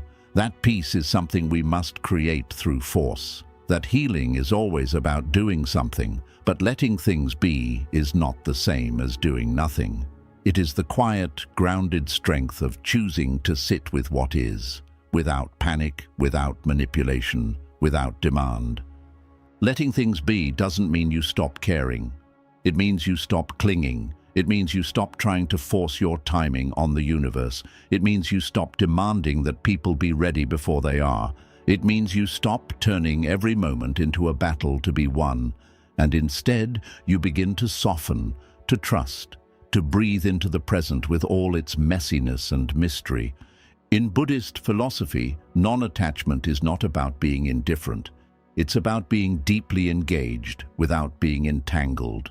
When you let something be, you are still fully present. You are still aware.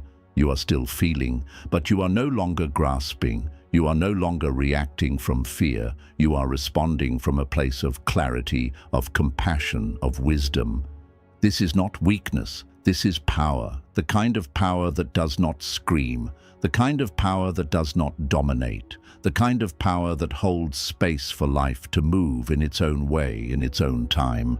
There are moments in life when everything in you will want to act. When someone says something hurtful and you want to retaliate. When something feels uncertain and you want to force an answer. When a person you love is making choices you don't agree with and you want to step in and take over. But in those moments, ask yourself gently, what if I just let this be? What if I stopped trying to change it and instead sat with it, watched it, allowed it? Letting things be doesn't mean you stop setting boundaries. It doesn't mean you accept abuse. It doesn't mean you become passive. What it means is that you stop trying to control the uncontrollable. You stop taking on the emotional labor of fixing everyone else's path. You stop thinking that your peace depends on external outcomes being perfect, because it doesn't. Real peace is not found in everything going your way. Real peace is found in letting go of your insistence that it must. The lotus flower grows in the mud, and it does not argue with the mud. It does not complain about the water's temperature or the texture of the soil. It simply grows. It opens, petal by petal, toward the light, without resistance. Your life is like that. It may not look how you imagined. It may be filled with things you didn't ask for. But if you can stop fighting the moment, if you can sit with it in its rawness, if you can breathe without trying to fix it, you may find something blooming within you, something stronger, something softer, something wiser. One of the reasons letting things be is so difficult is because the mind constantly wants resolution. It wants closure. It wants clarity. It wants the happy ending, the satisfying explanation, the neat conclusion. But life rarely gives us that on demand. People leave without saying goodbye. Relationships end without full understanding. Illness arrives without warning. Dreams dissolve. And sometimes there is no answer that makes it all make sense. The mind says, this is incomplete. But the heart, when listened to carefully, says, even this can be held. When you let things be, you begin to understand that your suffering was not always caused by what happened. It was caused by your resistance to what happened, by your insistence that it should have been otherwise, by your refusal to let go of the way you thought things were supposed to unfold. And this realization is not meant to shame you. It is meant to free you. Because the moment you allow things to be as they are, you free yourself from the burden of needing life to match your expectations. This doesn't mean you lose your dreams. It means you stop believing that your happiness is dependent on them coming true in a specific way. It doesn't mean you stop taking action. It means you act from love, not from fear, from presence, not from panic. It doesn't mean you stop caring. It means you care without clinging. And in this space, this sacred pause where you allow life to breathe, you begin to notice something remarkable. You begin to feel peace where you used to feel pressure. You begin to feel love where you used to feel resentment. You begin to feel trust where you used to feel control. Letting things be is not a one-time decision. It is a daily practice. A moment-to-moment return to the breath, to the body, to the present. You may catch yourself grasping, forcing, manipulating. And that's okay. You don't need to judge yourself. You only need to return. Letting be means allowing your emotions to arise without labeling them as good or bad. It means letting your grief take its time, letting your confusion sit quietly beside you without demanding answers. Letting your joy fill you completely without fearing that it won't last. Letting people be on their own journeys, even if they take roads you wouldn't choose. Letting your own healing unfold without a deadline.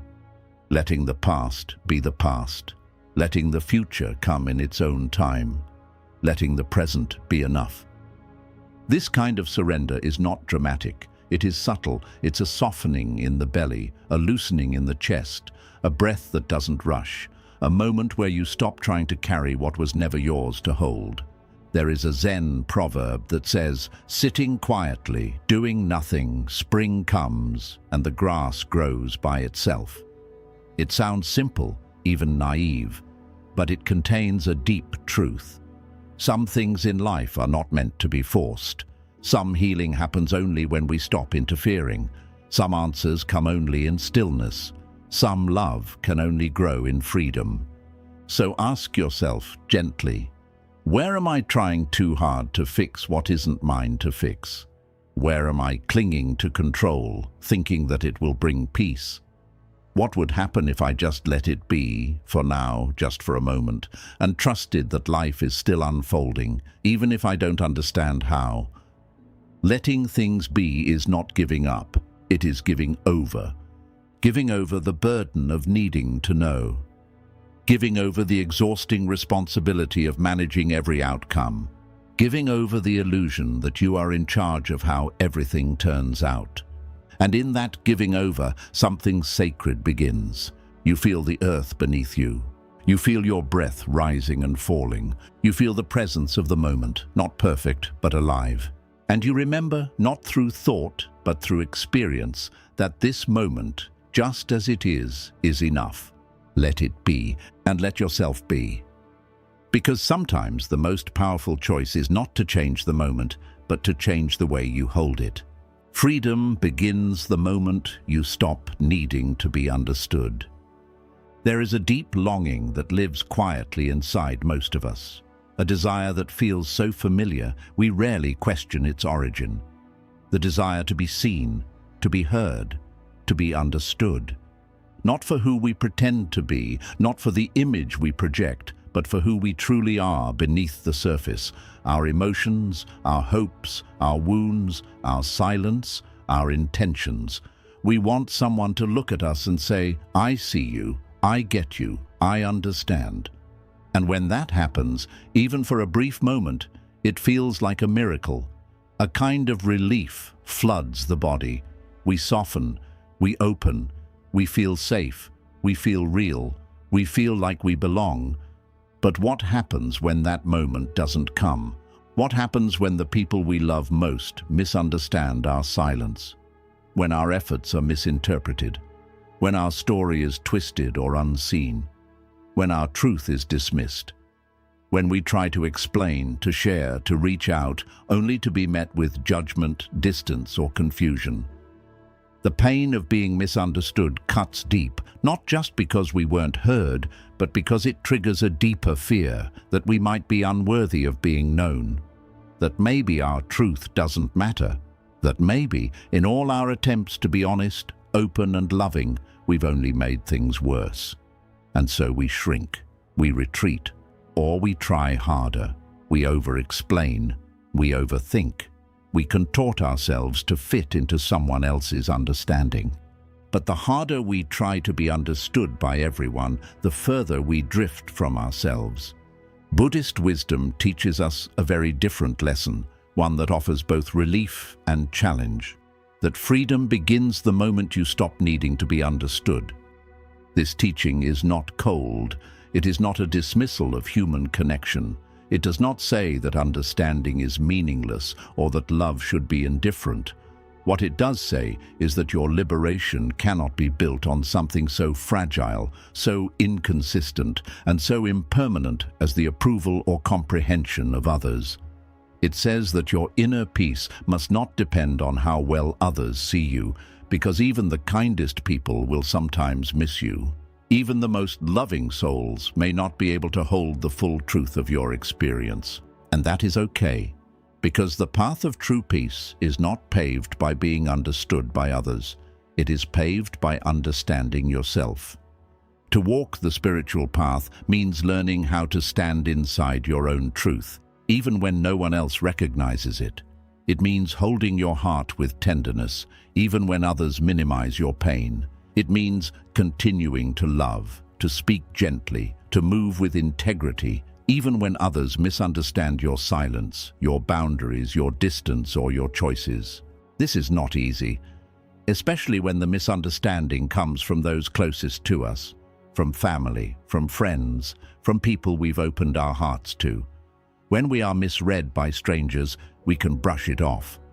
But when those we love don't get us, it can feel like a rejection of our very soul.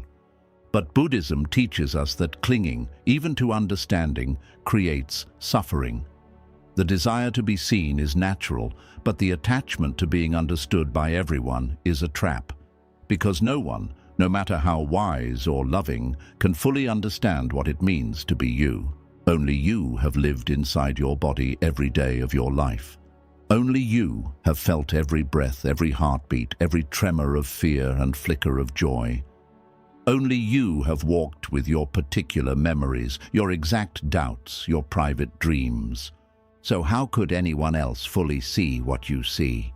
How could they hear every layer in your voice or feel every wound behind your words? They can't. And that's not a flaw in them or in you. It's simply the nature of human experience. We are all walking through life with different eyes, different wounds, different stories. And those differences make understanding possible, but also limited. The freedom comes when you stop trying to force others to understand you and start standing gently, quietly, and confidently inside your own knowing. You stop explaining every decision. You stop apologizing for your feelings. You stop proving your worth, your pain, your path. And you begin to trust that it's enough for you to know what's true. This doesn't mean you become arrogant or isolated. It means you become rooted. It means your sense of self is no longer shaped like clay, constantly molded by the opinions and perceptions of others. Instead, it becomes like a mountain, still, grounded, unmoved by passing winds. When you release the need to be understood, something softens inside. You no longer argue with reality. You stop carrying the burden of trying to translate your soul for people who may not be ready to listen. You stop twisting your truth into something more digestible, more likable, more acceptable. You simply become yourself. And in that becoming, you radiate something rare, something that others may not always understand, but will always feel: peace. Letting go of the need to be understood also means letting go of control. Because understanding is something we cannot force. It cannot be demanded. It cannot be extracted. It can only be offered freely from the heart of someone willing and ready to receive it. And sometimes people aren't ready, not because they are cruel or unkind, but because they are caught in their own narratives, their own pain, their own limitations. When someone cannot understand you, it often has more to do with their filters than your truth. You may remind them of a past they haven't healed. You may speak a language of honesty that they are not yet fluent in. You may embody a kind of freedom they're not ready to claim for themselves. And so they resist, they deflect, they turn away. And you must let them, not with bitterness, but with love. Because understanding is not a currency you must beg for. It is a gift. And like all gifts, it must come willingly. When it does, it is beautiful, it is holy, it is rare. And when it doesn't, you can still be at peace, because your worth is not diminished by someone else's inability to see it. Your truth does not disappear because someone else doubts it. Your light does not go out because someone else doesn't know how to receive it. And your path does not become less sacred just because it is walked in silence. To no longer need to be understood is to be free. Free to speak with sincerity, not strategy. Free to walk away without resentment. Free to rest without explaining. Free to change without defending. Free to love without needing it to be mirrored. Free to feel without translating your emotions into something palatable. Free to live a life that makes sense to your soul, even if it confuses the world. In meditation, we practice sitting with the breath. Not to escape the world, but to come home to ourselves. And in that home, no one else needs to understand what is happening. It is yours. It is sacred. It is enough. The more you trust that, the less you seek approval, the more you return to your inner knowing, the less you fear being misunderstood. Because eventually you see that understanding yourself is the beginning of liberation. And no one can take that from you.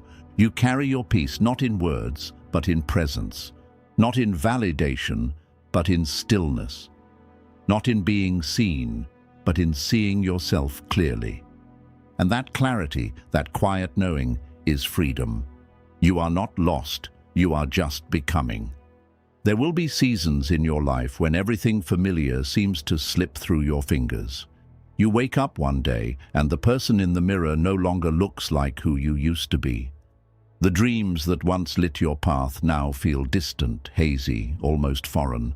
The relationships that once gave you comfort have shifted, some quietly fading, others breaking with painful clarity. Your thoughts feel scattered, your emotions unpredictable, your footing uncertain. You look around at your life, its patterns, its textures, its rhythm, and it no longer fits. You begin to wonder, what happened to me? Who am I now? Where am I going? And then the deeper question, the most haunting of them all, begins to whisper, "Am I lost?" This question is not a weakness. It is not a failure. It is the call of awakening. It is the first stirring of something profound within you, a quiet signal that the life you've been living is no longer in alignment with the truth of who you are becoming. In Buddhism, this moment of disorientation is not seen as a detour or a downfall. It is seen as a sacred stage of transformation, the cocoon stage, the space between who you were and who you are yet to become. You are not lost. You are dissolving, and the path of dissolving is not linear, nor is it comfortable. It is wild and tender and full of unknowns. It requires that you shed what no longer resonates, even when you don't yet know what will take its place. It requires that you release identities, attachments, and roles that once gave you structure, even if it leaves you floating in the in-between. But there is something beautiful hidden here, something the world often overlooks. This lostness is not a curse. It is a portal, a sacred passage, a spiritual initiation. It is the fertile ground of becoming. In Buddhist teachings, becoming is not just the movement towards something new.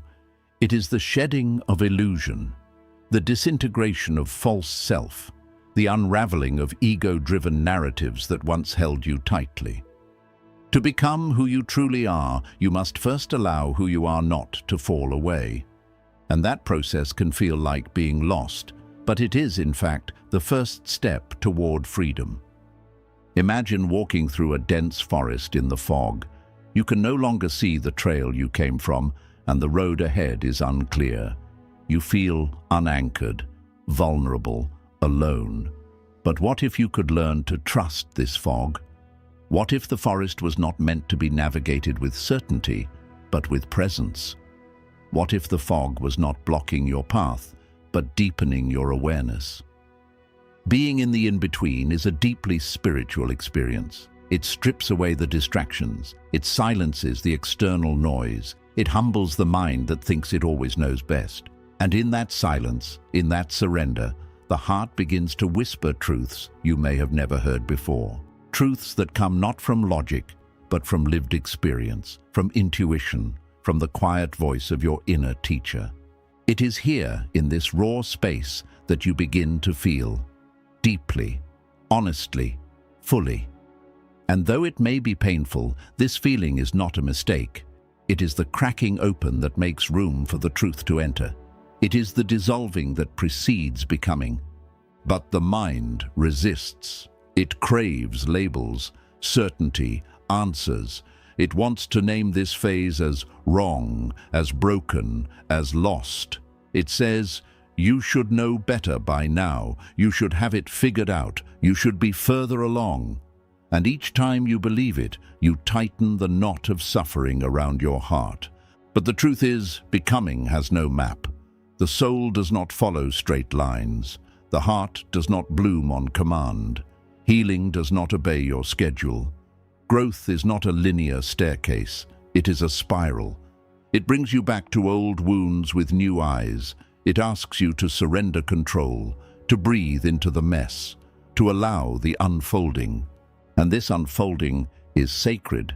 It is in this space, this in-between, that you learn to love without needing definitions, that you learn to be still even in discomfort, that you begin to release the need to perform, to impress, to meet anyone's expectations, including your own.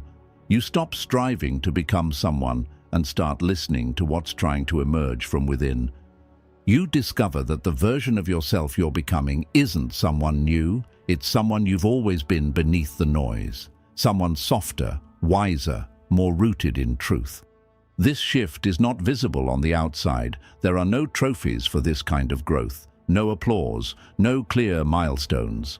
But the changes are real. You begin to speak differently. You choose silence over reaction. You sit with your emotions instead of running from them. You stop forcing connections that don't honor your soul. You begin to forgive yourself, not because you've perfected anything, but because you're tired of the war inside.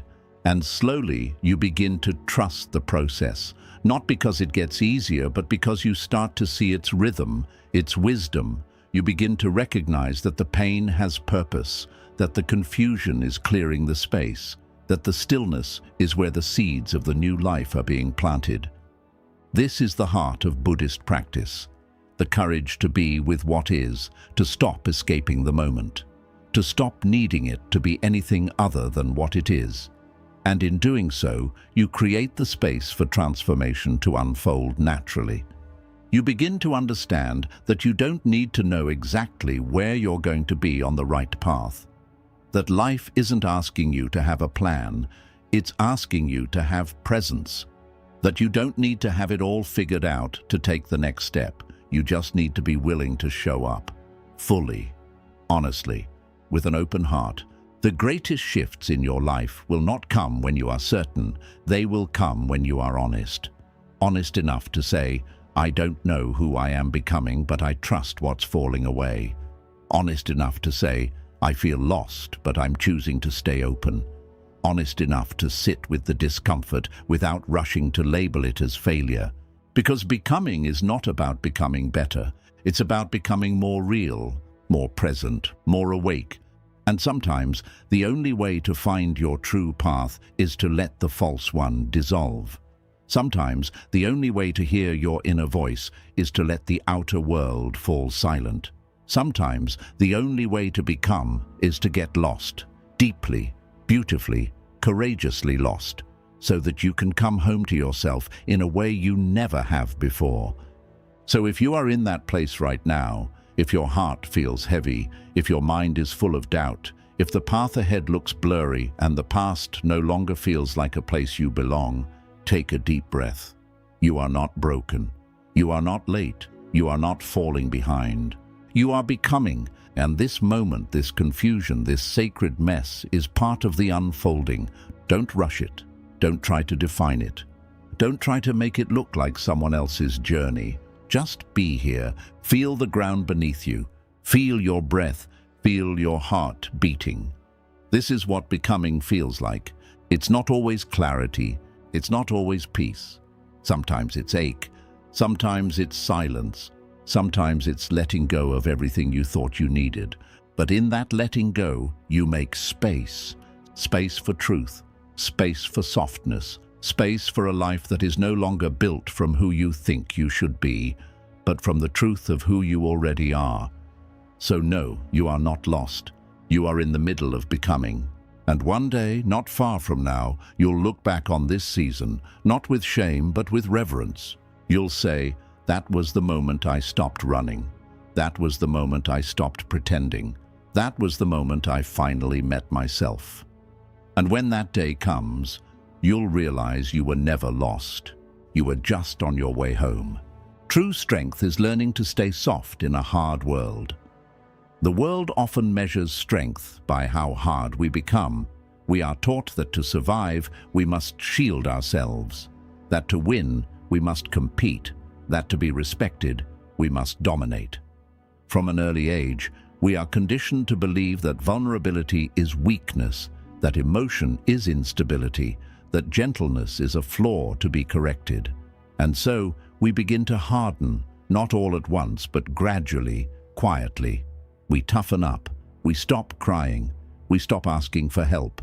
We hide our sensitivity beneath performance, distraction, or silence. We put on armor, not because we want to, but because we feel we must. This armor becomes our identity. We take pride in being unshakable, in holding it all together, in being the one who never breaks. We call it strength. But underneath the surface, we are aching. Beneath the polished exterior, there is a silent fatigue, a numbness, a longing to be soft again. Buddhist wisdom offers a different understanding of strength, one that does not require us to become harder, but asks us to become more open, more present, more whole. True strength, it says, is not found in resistance, but in surrender. Not in the tightening of the heart, but in its expansion. Not in the denial of our humanity, but in our ability to embrace it fully. To be soft in a hard world is not to be naive. It is not to be weak. It is to remain rooted in compassion even when life tries to convince you that cynicism is safer. It is to keep your heart open even after it's been bruised. It is to choose empathy when anger would be easier. It is to remain present with your pain instead of numbing it. It is to forgive, not because the other person deserves it, but because your soul does. Softness in this sense is a spiritual discipline. It asks you to stay connected to your breath when the world is shouting at you to react. It asks you to respond with kindness when your ego is burning for revenge. It asks you to see the humanity in others, even when they cannot see it in you. This kind of softness does not come naturally. It must be cultivated. It must be chosen, again and again. Because the truth is, it is much easier to harden, to become guarded, to shut down. When life hurts us, when we are betrayed, dismissed, overlooked, violated, it is natural to want to build walls, to tell ourselves, never again. To believe that the only way to protect our peace is to distance ourselves from love, from feeling, from life itself. But walls, no matter how strong, don't just keep the pain out. They keep the joy out too. They keep connection out. They keep life out.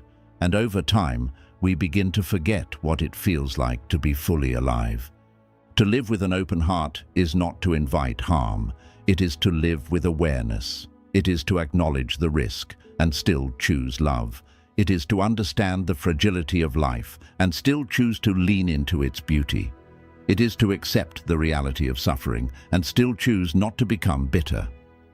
In Buddhism, the heart is often referred to as citta, a word that includes both mind and heart in one. The practice is not to separate intellect from emotion, but to unify them, to create a mind that thinks clearly and a heart that feels deeply, to cultivate awareness that is balanced by compassion. And in this union, a quiet strength emerges, not the strength that needs to prove itself, but the kind that radiates from within. This strength is soft, but it is unshakable. It doesn't break when criticized. It listens. It doesn't collapse under pain. It breathes. It doesn't fear emotion. It welcomes it. And this strength, once rooted, begins to transform everything. It changes how you speak. Your words become slower, kinder, more thoughtful. You speak not to dominate, but to connect. You listen not to reply, but to understand. It changes how you walk through conflict. You stop needing to win. You begin seeking resolution. You realize that being right is far less important than being at peace. It changes how you carry your past.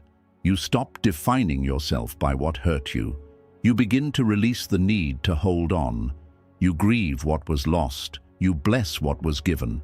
And you move forward, not with resentment, but with grace. It changes how you see other people. You begin to notice their wounds beneath their words. You see their anger not as a personal attack, but as an expression of their own suffering. You stop needing others to be perfect. You love them where they are without needing to change them. It changes how you treat yourself. You stop punishing yourself for not healing fast enough. You stop demanding constant productivity. You begin to offer yourself the same compassion you offer others. You rest. You breathe. You learn to sit in silence without judging the silence. This is not a weakness. This is the highest form of courage. To stay soft is to remain aligned with your true nature. Because beneath the layers of armor, beneath the ego, beneath the pain, beneath the story, you are softness. You are spaciousness. You are awareness itself. The journey is not to become someone new. It is to return, to peel back the layers, to come home to the part of you that has always known how to love. But coming home requires you to let go of the need to be unbreakable. Let go of the belief that vulnerability is dangerous. Let go of the illusion that control is safety. Let go of the pressure to perform, to please, to perfect. Let go of the idea that strength means never needing anyone. Let go of the shame that tells you softness is something to be ashamed of. And as you let go, as you soften, you begin to feel again. Not just the pain, but the joy.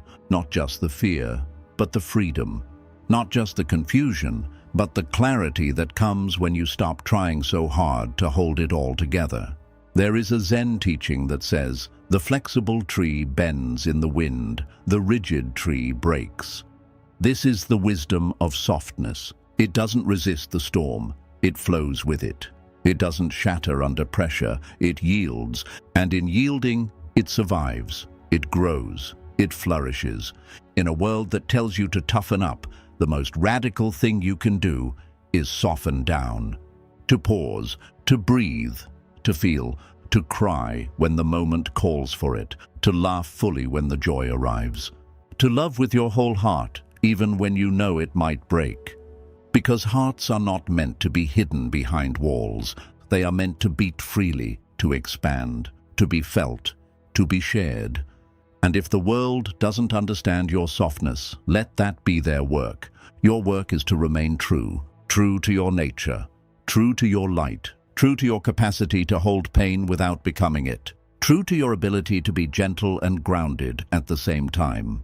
You do not have to be hardened to be strong. You do not have to be perfect to be powerful. You only have to be present. You only have to be real. You only have to be willing to stay soft, even when the world feels hard.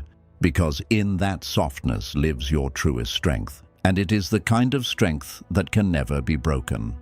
Real peace isn't found in the absence of chaos, but in how you hold yourself within it.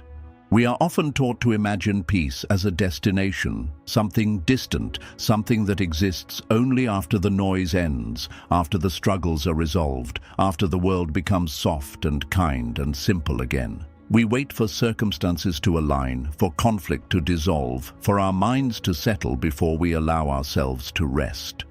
Peace, we are told, is what comes when everything is finally under control. But what if that idea of peace is only half the truth? What if the peace we long for isn't something that appears when the chaos is gone, but something that can be cultivated right in the center of the storm? In the teachings of Buddhism, real peace is not the absence of difficulty.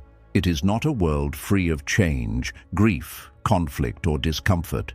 Real peace is not something fragile that must be protected from life. It is something strong that exists within life. It is not something we create through avoidance, but something we remember through presence. Peace is not when the world quiets down. Peace is when you quiet down inside the world. And this kind of peace, deep, stable, rooted, does not come from escaping chaos.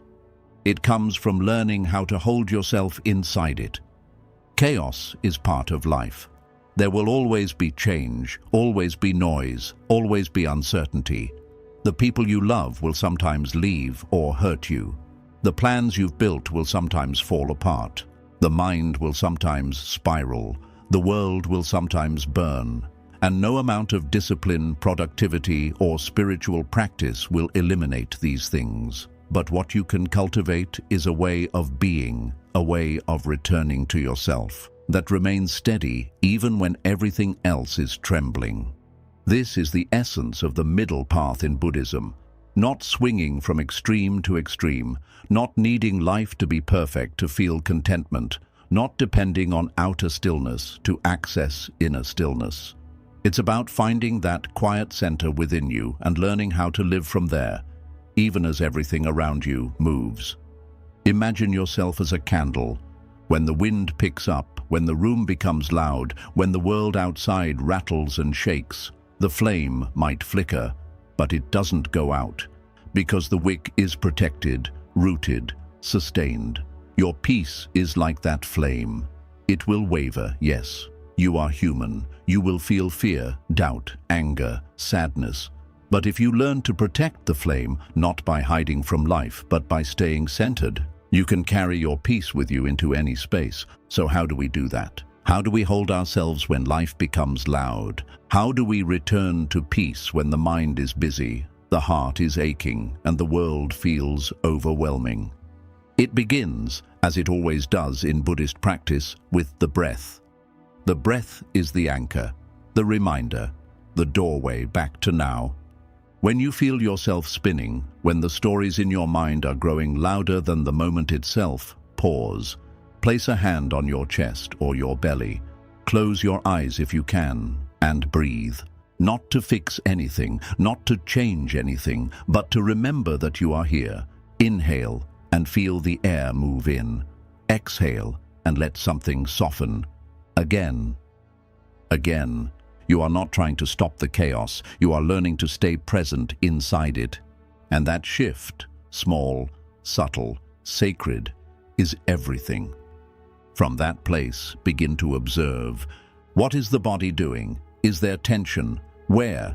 What is the mind saying? What thoughts are looping? What emotions are rising? Can you name them gently? What are you believing in this moment? And is it true?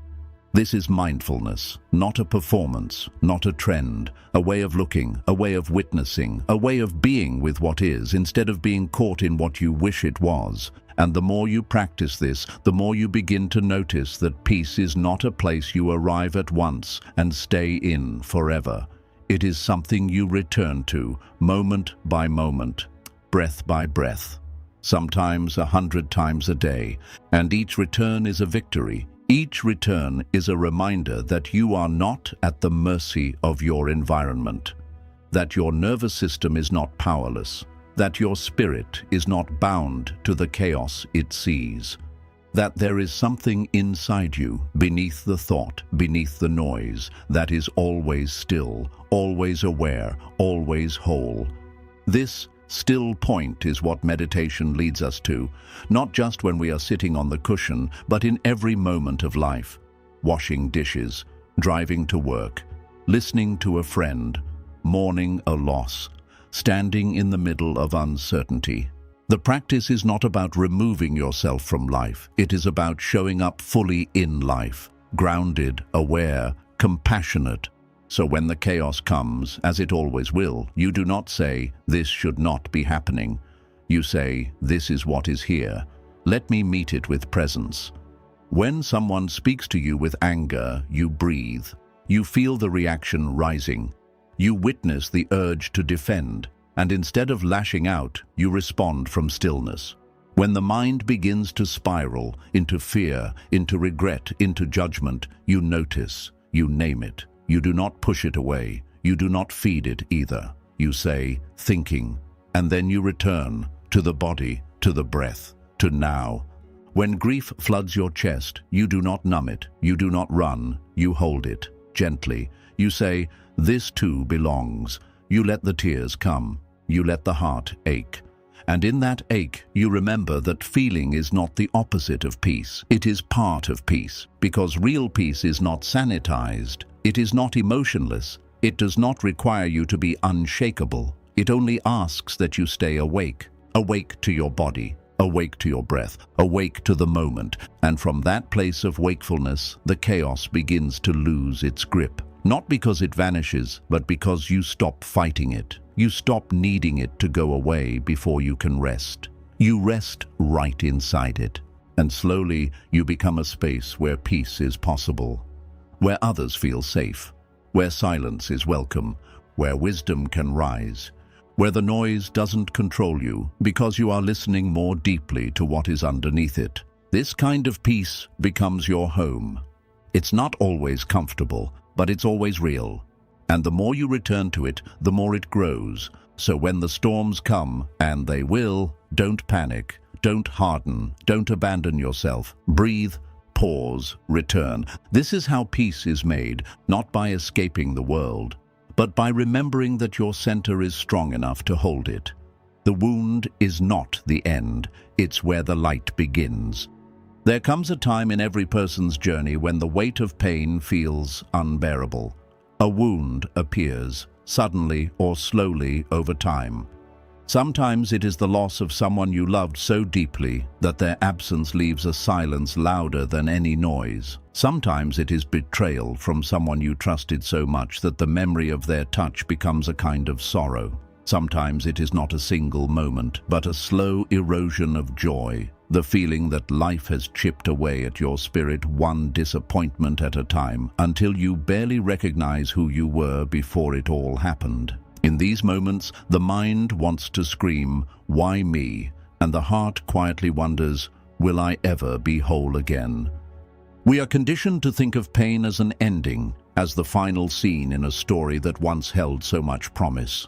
We believe the wound is where something good dies, where the path is lost, where life changes for the worse and cannot be recovered. But in Buddhist teachings, the wound is never the end. It is not the last word. It is not the collapse of all meaning. It is the doorway, the beginning, the sacred crack through which light enters a life that has been too tightly closed. The wound is where transformation begins, not through force, not through denial, not through distraction, but through awareness. In the Buddhist sutras, suffering is not dismissed or covered up. It is explored, it is understood, it is even honored. Why? Because suffering is not a punishment. It is a teacher. It arrives not to destroy you, but to reveal what has been waiting in the silence. It breaks the illusions we've built around comfort. It dissolves the false narratives we told ourselves to feel safe. It takes us by the hand and leads us deeper, not into despair, but into truth. The truth is, every person you admire has been wounded. Every master you study has walked through pain. Every soul you find peaceful has met darkness and chosen to stay awake within it. The lotus, one of the most revered symbols in Buddhism, does not grow in clean waters. It blooms from the mud, from filth, from rot, from depths where no light penetrates. But it rises, slowly, silently. With each day, it pushes through the heavy waters, not in haste but in patience, not with violence but with quiet determination. And one morning it opens, not in protest but in surrender. It becomes beauty, not by avoiding the mud but by growing through it. Your wound is that mud. You may not have chosen it, you may not understand it, but within it lies the very condition for your awakening, not in spite of it, but because of it. The mind wants to heal by forgetting, but the soul heals by remembering, by going back, by sitting with the ache, by feeling every shard of pain without turning away. Healing, in the Buddhist way, is not a quick fix. It is a slow return to wholeness. It is the practice of bringing awareness to the places we've abandoned within ourselves. When a wound opens, our first instinct is to close around it, to hide it, to pretend we are fine. But what we resist persists. What we avoid grows stronger in the shadows. And so the practice becomes one of turning toward the wound, gently, slowly, with presence. Ask yourself, where does it hurt? What emotion is there? Is it sadness, fear, shame, anger? Can you stay with it, not to fix it, but to understand it? Can you breathe into it, not to make it disappear, but to soften your resistance? Every wound holds a message, not a message about your failure, but about your depth, not about your brokenness, but about your capacity to love. You are not hurting because you are weak. You are hurting because you dared to care, because your heart is not numb, because you are alive. And this is where the light begins. Not in the moment everything is solved, but in the moment you decide to stop running. The moment you sit with your pain and say, I see you. The moment you realize that even in your ache, you are whole. That even in your uncertainty, you are still on the path. That even in your despair, you have not lost your light. You have simply covered it. When the Buddha sat beneath the Bodhi tree, he did not run from suffering. He faced it. Mara, the personification of fear, doubt, temptation, came to him in the night. But the Buddha did not fight Mara. He did not scream or hide. He looked at Mara and said, I see you. And then he stayed seated. He stayed still. And in that stillness, he awakened. This is the path. Not resistance, but recognition. When pain visits you, greet it like a teacher. When grief enters your home, offer it tea. When sadness floods your chest, breathe deeper.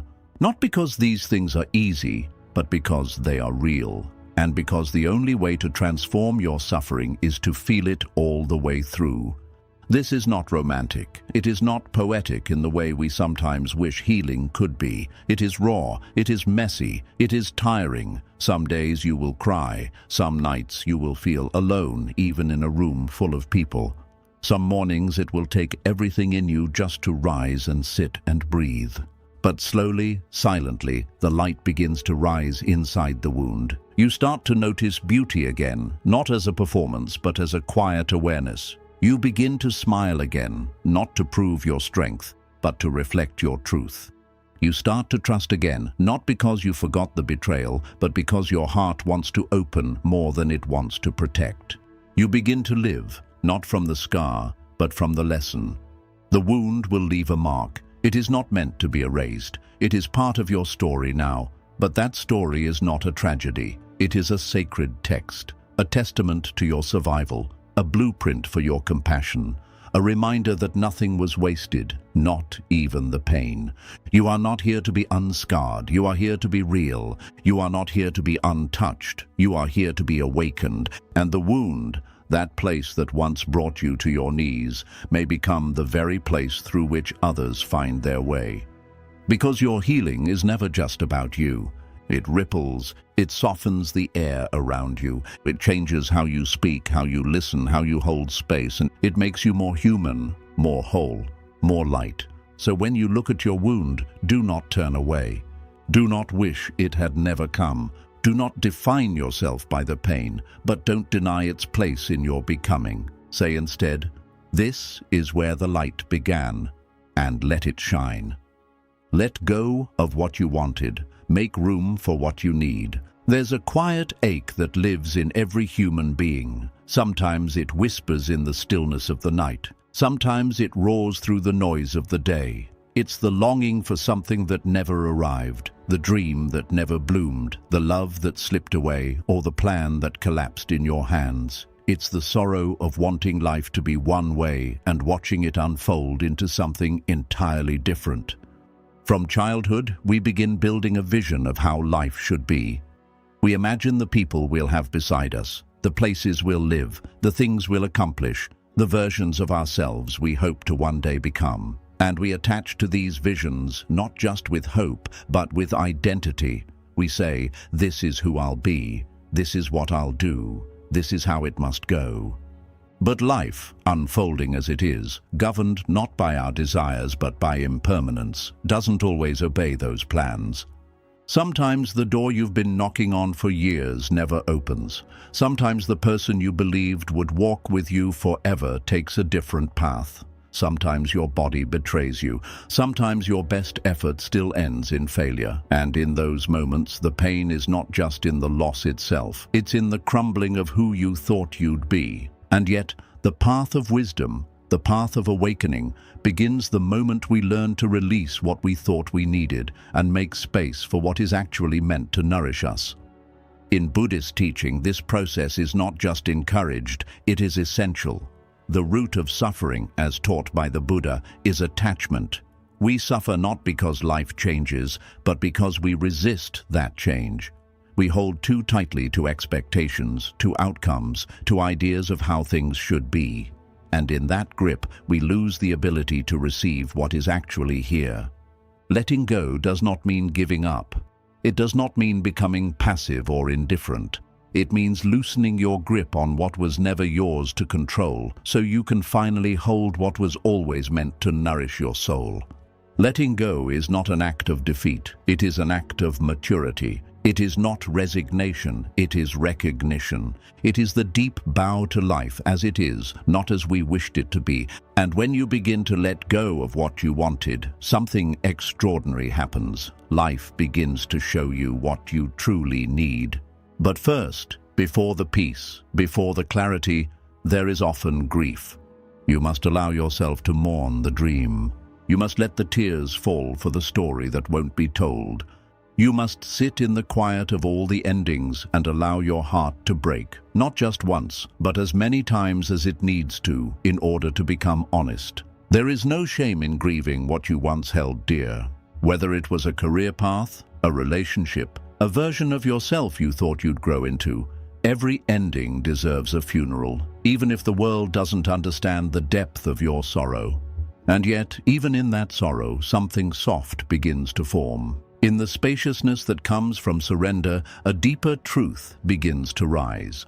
You begin to see that many of the things you were chasing were not rooted in your highest self, but in fear, in ego, in comparison, in the desire to feel worthy. You begin to realize that what you wanted was often based on who you were before you suffered, before you were cracked open, before life taught you what really matters. You realize that the love you were begging for was not love at all, but attachment, that the success you idolized was not freedom, but another kind of cage, that the version of yourself you were trying so hard to become was not your soul, but your armor. And in that realization, something begins to loosen. You begin to soften, not because you are giving up on life, but because you are finally aligning with it.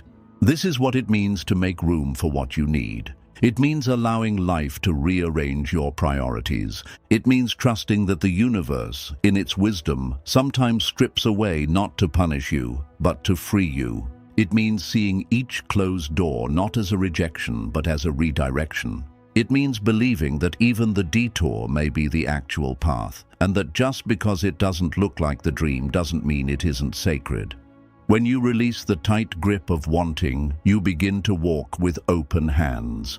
And with open hands, you can receive. You can receive the unexpected friendship that enters quietly after your heartbreak. You can receive the new passion that ignites after your old plans fall apart. You can receive the stillness, the silence, the breath that reminds you that being alive is itself a miracle. You begin to want less and live more. You stop chasing and start witnessing. You stop performing and start becoming. This is the transformation. This is the quiet revolution of letting go. But it is not something you do once. It is something you do again and again. Each morning, you wake and say, "Today I release the idea that I must earn love. Today I release the belief that my worth depends on achievement. Today I release the fear that I am behind. Today I release the illusion that I am in control." And each evening you bow your head and whisper, "Thank you for what stayed. Thank you for what left. Thank you for what's yet to come." The practice of letting go is the practice of trust. Trust that what is meant for you will not pass you. Trust that even the pain has purpose. Trust that the path is being laid even when you cannot see the bricks. Trust that what you need is more beautiful, more lasting, more aligned than anything you ever dared to want. And so, when your heart feels heavy with disappointment, when you feel like screaming at the sky, when nothing makes sense anymore, pause, take a deep breath, and ask yourself, am I holding on to a picture of life that no longer fits the person I am becoming? If the answer is yes, don't judge yourself. Don't rush. Just begin the slow, sacred practice of opening your hand. Let one thing go, a thought, a memory, a version of the future. Let it drift, and then wait. And in that waiting, notice what begins to come in. Maybe it's a sense of peace. Maybe it's an unexpected opportunity. Maybe it's the realization that you're already okay. Maybe it's the first breath you've taken in weeks that didn't feel like survival. Whatever it is, receive it and say thank you, because you are no longer living from lack. You are no longer defining yourself by what you don't have. You are no longer waiting to be whole. You are whole now, not because you got what you wanted, but because you let it go and discovered what you truly needed was always with you. Your breath, your awareness, your ability to begin again. And that is more than enough. Sometimes life closes in, so you can finally look within. There will come a moment in your life, not once, but many times, when the walls seem to close in around you. The noise becomes unbearable, the path ahead blurs, the world feels too loud, too fast, too demanding, and what once felt certain, your roles, your relationships, your dreams, suddenly begins to dissolve. You no longer know who you are or what you're doing here. You feel as though you're being stripped of everything that gave you identity, control, and security. It feels like life is suffocating you, but it's not. It is redirecting you inward. In the Buddhist path, these moments are not failures. They are not detours. They are not evidence that you've gone astray. They are invitations, sacred summonses, portals to awakening. When the external world no longer provides meaning, when the old dreams stop working, when the distractions no longer satisfy, you are being guided by pain, by silence, by loss, into the only place you were always meant to return, within. And this journey, though it may feel terrifying, is the beginning of peace. It is common to believe that spiritual growth is beautiful, that it feels like freedom from the start, that it's all clarity and stillness and ease. But the truth is, growth often begins in chaos. It begins in darkness. It begins when the things you once leaned on fall away, when the people you counted on disappear, when the image you created of yourself no longer fits the shape of your spirit.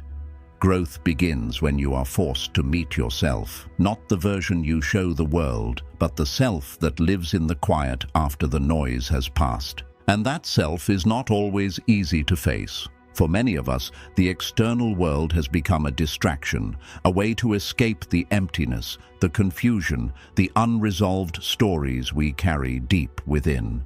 We fill our calendars with tasks. We scroll endlessly. We chase achievements and validation. We stay busy not because we are thriving, but because we are terrified of what we might hear in the silence. But the silence is where the truth lives, and when life closes in, when you can no longer run, you finally meet that silence.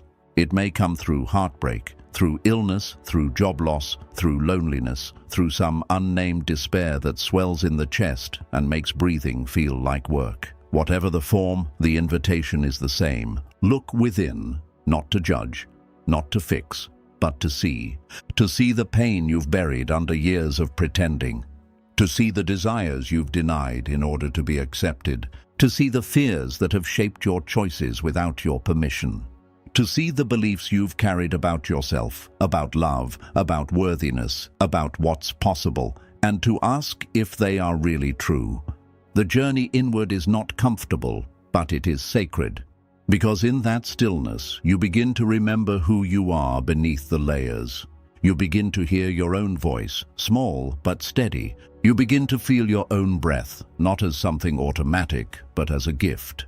You begin to notice the rising and falling of your thoughts, not as facts, but as passing clouds.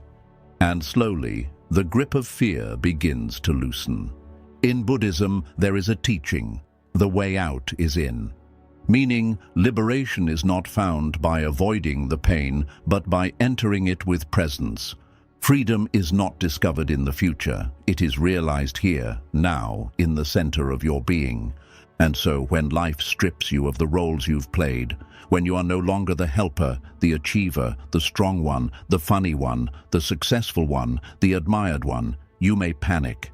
You may feel like everything is falling apart. But perhaps for the first time, you are being asked to meet yourself, not as an idea, not as a performance, but as a presence. And that is the beginning of true transformation. When you meet yourself in the dark, when you sit with your confusion, your anger, your grief, without numbing, without fleeing, you begin to understand that you are not broken. You are becoming. You are not lost. You are being rerouted. You are not weak. You are shedding the weight that was never yours to carry. You begin to see that you don't need more information. You need deeper awareness. That the answers don't live in someone else's book or someone else's voice. They live inside you, buried beneath the noise you've been taught to chase. And as you sit, as you breathe, as you let yourself be, all of yourself, not just the polished parts, you begin to feel something shift. Maybe not all at once. Maybe not in fireworks, but in quiet, subtle ways. You begin to feel a peace that isn't dependent on anything outside of you. You begin to feel a stability that isn't built on control. You begin to feel a love that doesn't need to be earned. It simply is. This is the gift of the collapse. This is the wisdom of the constriction. It doesn't come to destroy you, it comes to lead you home. But you must be willing to sit in the discomfort. You must be willing to ask hard questions. You must be willing to listen deeply, to the child within you, to the ache in your body, to the truth you've long ignored. Because the path to awakening is not paved in certainty. It is walked in surrender, surrendering the need to be understood, surrendering the image you worked so hard to maintain, surrendering the idea that healing has a timeline, surrendering the belief that worthiness comes from doing, and in that surrender you will find yourself, not as a concept, but as a living presence, a presence that watches the thoughts rise and fall, a presence that witnesses the emotions swell and recede, a presence that remains steady and quiet in every breath. That presence is your true nature. It is not the storm, it is the sky. It is not the wave, it is the ocean. It is not the pain, it is the awareness in which the pain arises and passes. And it has always been there, waiting for you. So if life feels like it is closing in on you, do not despair. Do not assume something has gone wrong. Do not rush to escape. Sit, breathe, listen, and let the silence show you what the noise could never reveal. You are not your confusion. You are not your pain. You are not your past. You are the one who sees. And that seeing is freedom. That presence is peace. That awareness is the home you've been seeking in everything else. Sometimes life has to close in, not to trap you, but to guide you inward. Because what you are looking for is not out there, it's already here, inside you, always. Pain is not the end, it's the portal. There is a silent assumption embedded deep within the human mind that pain is something to be escaped, something to be fixed, buried, fought, or forgotten. It is often treated like a sign that something has gone terribly wrong, a detour from the path we were meant to walk, or a punishment for not being good enough, fast enough, wise enough. And so we run, we numb ourselves with distractions, with stories, with habits, with denial. We try to outrun the storm within us, praying that if we can just stay ahead of it long enough, maybe it will disappear on its own. But in the Buddhist path, this belief is gently but powerfully dismantled. Pain in this wisdom tradition is not the enemy. It is the beginning of insight. It is not the wall that blocks the way. It is the doorway into the depths of truth. In fact, pain, when met with awareness, becomes a portal. A portal into the inner landscapes we've long ignored. A portal into the roots of our attachments, our illusions, our fears, and ultimately, a portal into the freedom that lies beyond identification with the self that suffers. Yet for most of us, our conditioning teaches us to treat pain as something to eliminate, a sickness that needs curing. We seek to get over it, to move on, to bounce back, not realizing that in doing so, we are only reinforcing the very cycle that causes suffering in the first place, resistance. Buddhism teaches us that suffering is not caused by pain itself, but by our resistance to pain. It is the pushing away, the clenching, the refusal to feel that keeps us trapped. Pain is like fire. If you fight it blindly, you burn. But if you learn how to approach it with reverence, with awareness, with presence, that same fire becomes a sacred purifier. It burns away the false, the unnecessary, the egoic noise. It does not destroy who you are. It destroys who you are not. So let us begin again, slowly and softly, with this understanding. Pain is not here to ruin you. It is here to awaken you. And only when you allow it to open, instead of closing you, will you begin to glimpse the vast sky beyond the clouds. There are many kinds of pain. Some pain is sharp and sudden, a loss, a betrayal, a shocking turn in the story you thought you were writing. Other pain is quieter, more persistent. It hums like background noise in your chest. The ache of loneliness, of not feeling seen, of wondering if your life has any real meaning. Some pain comes from outside events, but much of it is born from within, from the expectations we place upon ourselves, the comparisons we drown in, the stories we tell about who we should be. Whatever its form, pain is always speaking, not in the language of words, but in the language of emotion, and every emotional pain, when listened to without judgment, carries a message. Sometimes it says, there is a part of you that has not been met with love. Sometimes it says, you have been wearing a mask for too long. Sometimes it says, the way you're living no longer honors who you truly are. Pain does not lie. It is honest, even when it's inconvenient. It will not let you stay asleep. It will knock until you open the door to yourself. But in order to hear its message, you must stop running. You must sit down in the fire, in the noise, in the grief, and become still. You must turn toward the place that hurts. Not to fix it, but to feel it fully, as it is, without adding the layers of story and blame and shame. Because beneath the initial sting of pain, beneath the narrative of, why is this happening to me, there is a deeper layer. There is tenderness, there is vulnerability, there is truth. There is a part of you that longs not just to be healed, but to be held. And that holding, that sacred presence, is something only you can offer yourself. This is the beginning of compassion, not as a concept, but as a living, breathing practice. To sit with your own sorrow and not turn away. To bow to your fear and say, you are welcome here. To meet your grief and whisper, you don't have to leave for me to be whole. This kind of self-compassion is the turning point, because it marks the moment when pain no longer becomes a prison, but a path inward, a path downward, a path through. In Buddhist teaching, there is a concept known as the second arrow. The first arrow is the pain itself, the inevitable discomfort, loss, or sadness that arises in life. The second arrow is the suffering we create by resisting, judging, or attaching to that pain. The first arrow is out of our control. The second is optional. When we feel pain and immediately say, this shouldn't be happening, or what's wrong with me, or I'll never be okay, we are shooting ourselves with the second arrow.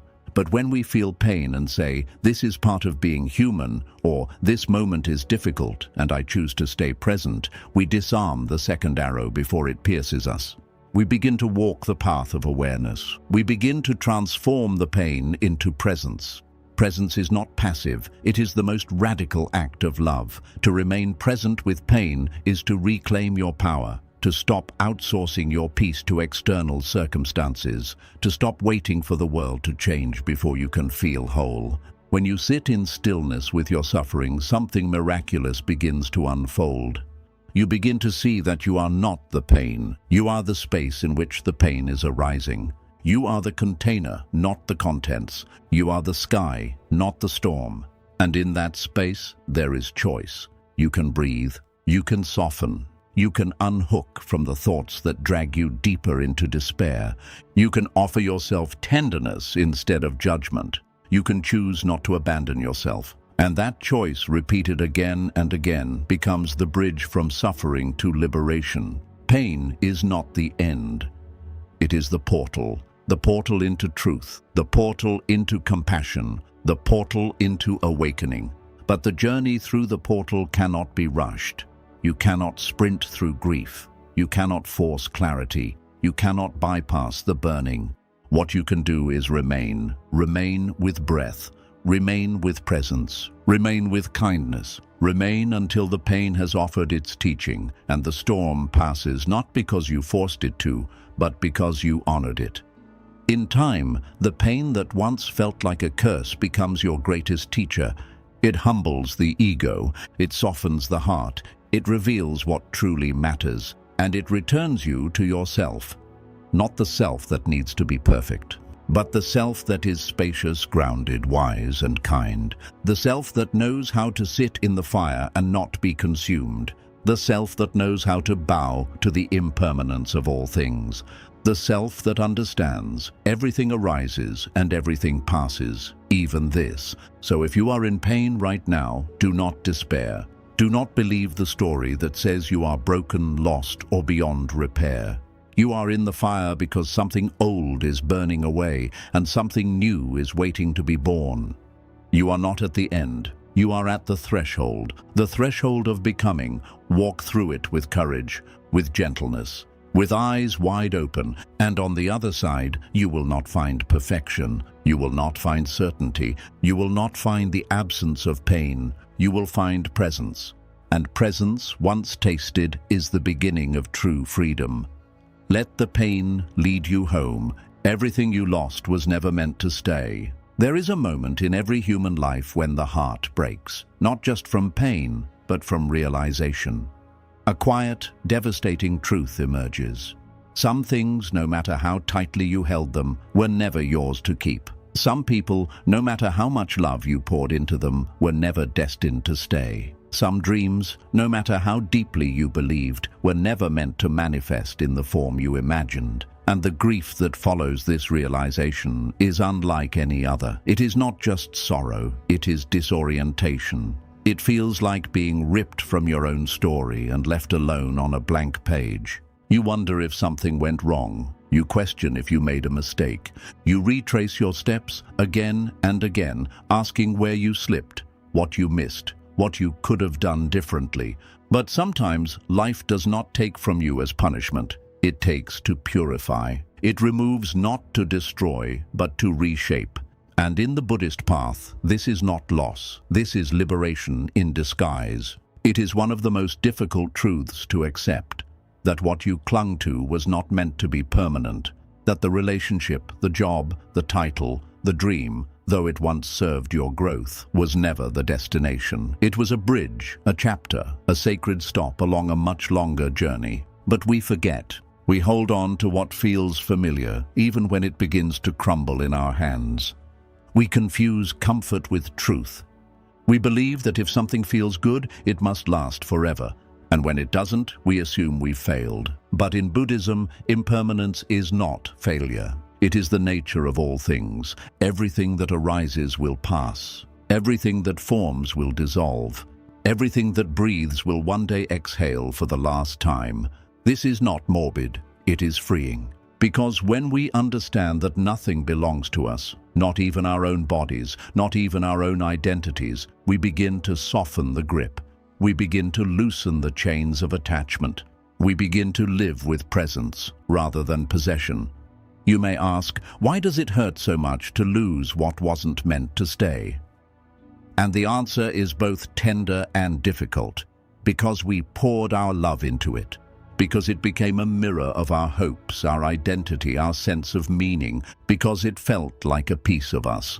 And so when it leaves, it feels like we are being left behind. But in truth, nothing that is you can ever be taken from you. What leaves was never your essence. It was only a garment you wore for a time.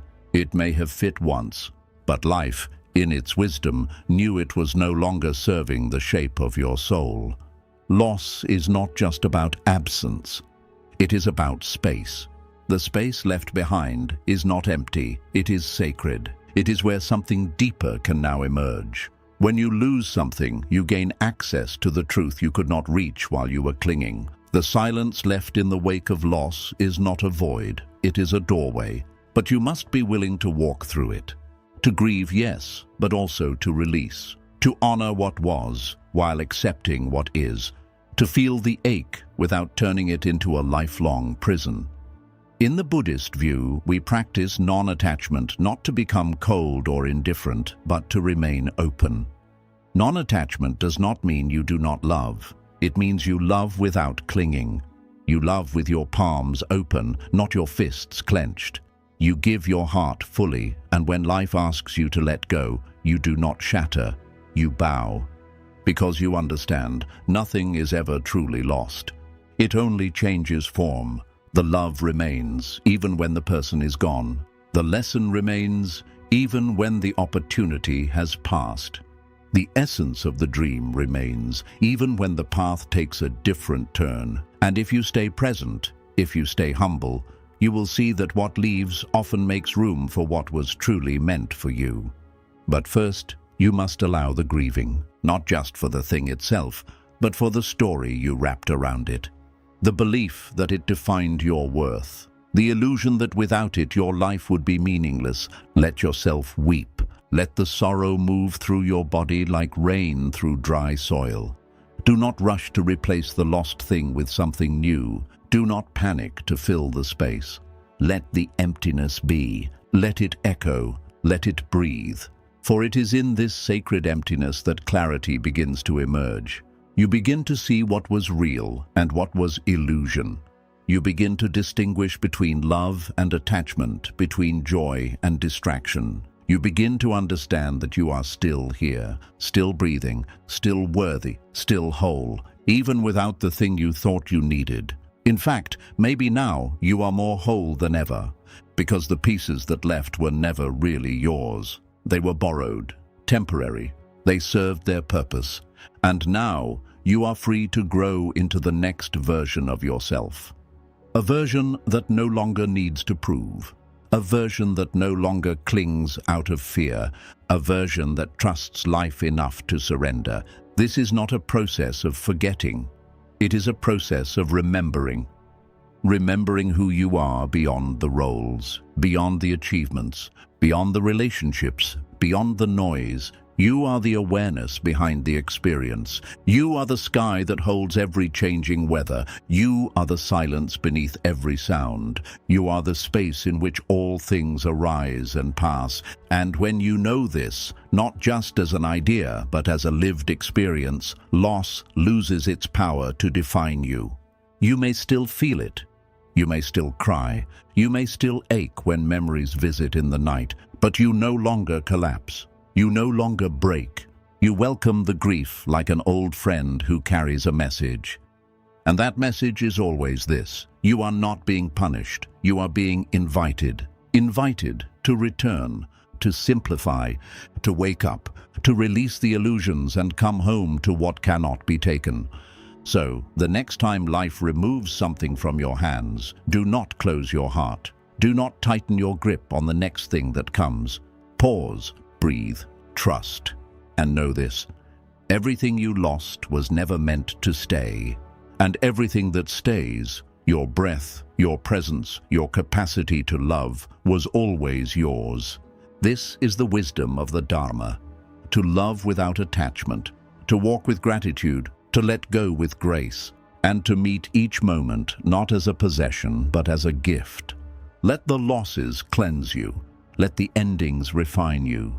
Let the absence become your teacher, and let the quiet that follows be the beginning of something more honest, more spacious, more you. Because in the end, nothing was ever truly yours, and yet nothing was ever truly lost. Everything just changed form, and you, aware, awake, and alive, are what remains.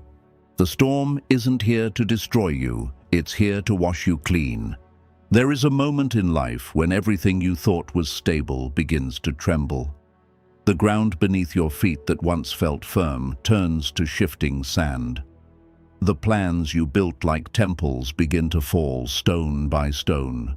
The relationships you clung to as anchors drift away like boats unmoored. And the sky, once so clear, darkens with clouds of confusion, loss, and fear. It is in this moment, when all you've known begins to dissolve, that you find yourself standing in the heart of the storm, and the first instinct is to resist, to brace, to tighten your body and your mind against the winds of change, to scream in silence, "Why is this happening to me? What did I do wrong?" But the storm does not answer. It doesn't need to, because in the quiet language of the universe, the storm is not here to punish you. It's here to purify you. Buddhist teachings remind us that nothing in life is truly fixed. What we call security is often just illusion dressed in routine. What we cling to for identity, titles, roles, appearances, are as fleeting as clouds. And when life sends a storm, it is not out of cruelty. It is because something deeper is being asked of you. A letting go, a cleansing, a surrender. Most people fear the storm because they do not understand its purpose. They see only the destruction, the broken timelines, the cancelled plans, the unexpected loss.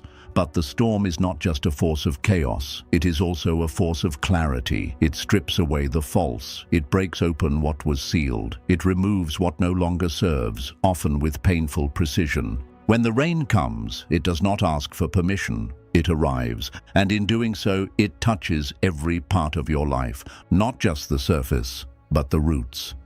Not just your circumstances, but your attachments. It washes away what is dead and decaying, and it leaves you bare, raw, uncertain, vulnerable.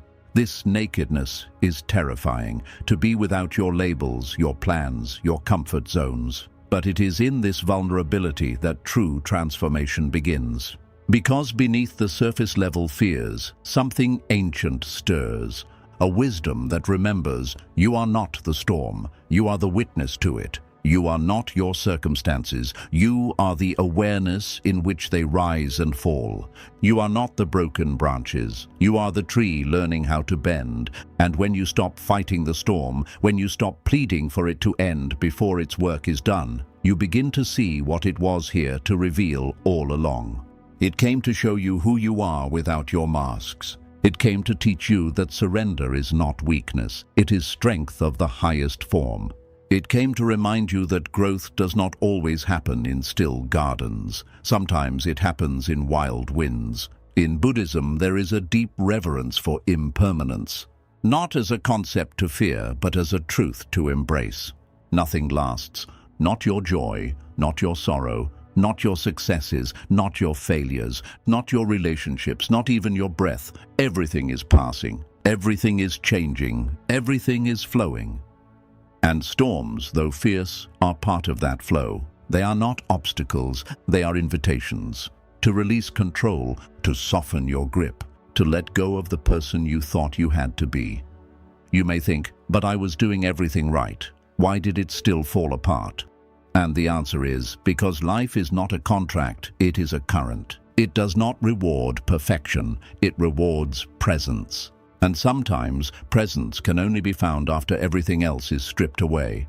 The storm humbles you. It takes away your illusions of control. It reveals where you were clinging to what was never yours. It dissolves your expectations, your rigid ideas, your entitlement to ease.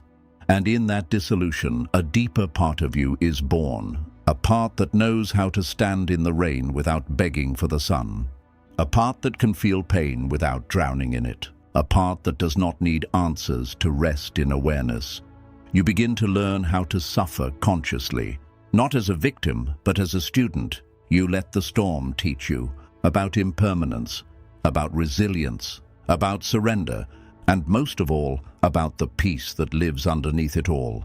Because no matter how fierce the winds, no matter how loud the thunder, there is a still point within you that remains untouched. It is the place where awareness sits. It is the sky behind the storm. It is the watcher, the observer, the silent center. And when you rest in that place, you realize something profound. The storm is not against you, it is for you. It is dismantling the false so the true can emerge. It is erasing the noise so you can hear your own heart again. It is breaking open the shell so your spirit can stretch into its next form. But none of this happens if you resist. If you run, if you numb, if you fight. You must meet the storm fully, with open eyes, with grounded breath, with a heart willing to feel. Even when it hurts, especially when it hurts. In Buddhist meditation, we are taught to sit with whatever arises, not to push it away, not to fix it, but to observe, to allow, to breathe with it. This is the practice of mindfulness. It is not a tool to escape the storm, it is the path through it. You sit in the rain of your sorrow. You breathe into the wind of your fear. You let the thunder of your grief echo through your chest. And you remain. This remaining is your liberation. Because as long as you resist the storm, you remain its prisoner. But when you stop resisting, you become its student. And a student learns. You learn that what you feared was not the storm itself, but your ideas about it. You feared falling apart, but in the falling, you found space. You feared losing everything, but in the loss, you found yourself. You feared being alone, but in the silence, you heard the voice of your own soul. And slowly, something shifts. The storm begins to pass, not because you forced it to, but because you allowed it to do its work. And in its wake, the air is clearer, the sky is wider, the ground is softer. And you are different. Not broken, not defeated, but reborn, wiser, more spacious, more present. You carry the scent of rain and the strength of roots that survived the flood. You no longer cling to what is passing. You no longer panic at the sound of thunder. You know storms will come, but now you meet them as old friends. You bow to their power. You trust their purpose. You let them wash you clean, because now you understand. The storm was never here to destroy you. It was here to strip away what wasn't truly you. It was here to clear the path, to open your heart, to deepen your presence, to bring you home. And this coming home is the true gift, a home not made of walls or people or plans, but of stillness, of breath, of peace. That cannot be taken, that cannot be lost. That remains, no matter how hard it rains. The people who left were part of the lesson, not the destination. There comes a time in life when silence becomes your most frequent companion, not because you have no one to talk to, but because the ones you thought would walk with you forever are suddenly gone. Some left quietly, fading like breath on glass. Others left loudly, slamming doors that echoed through the corridors of your memory. And some, perhaps the most painful of all, didn't leave physically, but emotionally, spiritually. They disappeared long before you ever noticed. And when the dust finally settled, you were left wondering what went wrong, why they walked away, and what their absence now means in the shape of your life. But Buddhism teaches that life is not about permanence. It is about presence. It is not about holding on. It is about understanding. It is not about surrounding yourself with people. It is about awakening through every encounter, even the ones that end in heartbreak. The people who walked into your life were never random. Each one was a mirror, a message, a moment that the universe sent to shape you. Some were blessings dressed in skin and smiles. Others were tests wrapped in charm and contradiction. And some were both, gifts and challenges, teachers and destroyers, whose only role was to awaken something in you that could not be reached through solitude alone. But we are not taught this. We are taught to cling, to attach, to measure the value of life by who stays, who texts back, who chooses us over and over again. And so when people leave, it feels like failure. When relationships break, it feels like death. When familiar faces become distant, it feels like rejection. But Buddhism reminds us that nothing that is bound to end can truly belong to you, and no one whose path was meant only for a season can be your lifelong source of peace. People are rivers. They flow in, they flow out. They quench your thirst and then return to the sea. And if you try to dam the river, to hold it still out of fear, you will only find stagnation, decay, and sorrow. Your task is not to control the flow of who stays and who leaves. Your task is to remain awake in the current, to learn what each person came to teach, to love deeply but release gently, to let the chapter end when its final word has been written, no matter how much you wish to keep reading. When someone leaves your life, they do not take your worth with them. They do not carry your story in their hands. They simply completed their role. And just as an actor exits the stage when their scene is done, so too must some souls leave when their purpose in your growth has been fulfilled. But we grieve not only the person, we grieve the idea of them. We grieve the future we imagined with them, the comfort they represented, the identity we built around their presence.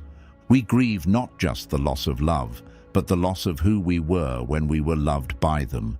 And so it takes time to unravel the web of memories, time to sit with the echoes that still call your name, time to forgive what was said, what was unsaid, what was left tangled in the space between two hearts drifting apart. But as time passes, something sacred happens. You begin to see more clearly. You begin to understand that not all pain is punishment. Some of it is purification. You begin to realize that the wound they left is also the place where light now enters. The emptiness becomes fertile. The silence becomes sacred. And the questions that once tormented you, why did they leave? What did I do wrong? Transform into deeper reflections. What did I learn? What truth did they reveal? How did their leaving free me? For every departure holds within it a hidden lesson. Some people come to teach you love. Others come to teach you boundaries. Some arrive to reflect your beauty. Others arrive to reflect your wounds. And a few, the rarest of all, come to help you meet yourself through joy, through sorrow, through endings you never expected but needed all along. You may carry the scar of their absence forever, but scars are not weaknesses. They are signs that healing has taken place. They are reminders that you felt deeply, lived honestly, and survived the unraveling of what no longer served your path. Do not wish away the memory. Do not force yourself to forget. Instead, transform the memory into wisdom. Let it soften your heart without breaking your spirit. Let it guide you toward more conscious connections. Let it remind you of your strength, your capacity to endure, your ability to love again, even after being left. In Buddhist practice, we are encouraged to sit with impermanence, to meditate not on what lasts, but on what flows, to accept that the present moment is already vanishing, and to love anyway, to hold gently what will one day leave, to pour your heart into relationships without clinging to them for salvation, because no person is your savior, no love is your final destination. They are all stepping stones on the path to yourself, to your own awareness, to your own peace, to the part of you that cannot be left because it is always here, watching, witnessing, waiting for you to return. So today, let yourself release the ones who are no longer here, not with bitterness, not with blame, but with a silent bow of gratitude. They came, they loved, they hurt, they healed, and they left. And because they left, you had to grow. Because they left, you had to stand alone. Because they left, you had to discover the temple within your own soul. They were not your ending, they were a sacred interlude, a necessary wind that shaped the mountains of your becoming. Let them go in peace. Let them walk their path. And you, walk yours, with fewer illusions, with deeper eyes, with a heart that no longer begs for permanence, but dances with presence. Because now you know, the people who left were part of the lesson, not the destination. And the destination was never them. It was always you. Your deepest wounds are gateways to the wisdom you were meant to carry. There is a sacred truth that few people are ready to hear when they are hurting. The pain you wish to avoid most, the sorrow you try to numb, the wound you bury beneath a smile. These are not punishments. They are invitations. Invitations to return, to remember, and to awaken to a level of inner truth you cannot access through pleasure, comfort, or praise alone. They are not the things that break you. They are the very things that shape you. In the world of Buddhist wisdom, suffering is not an enemy.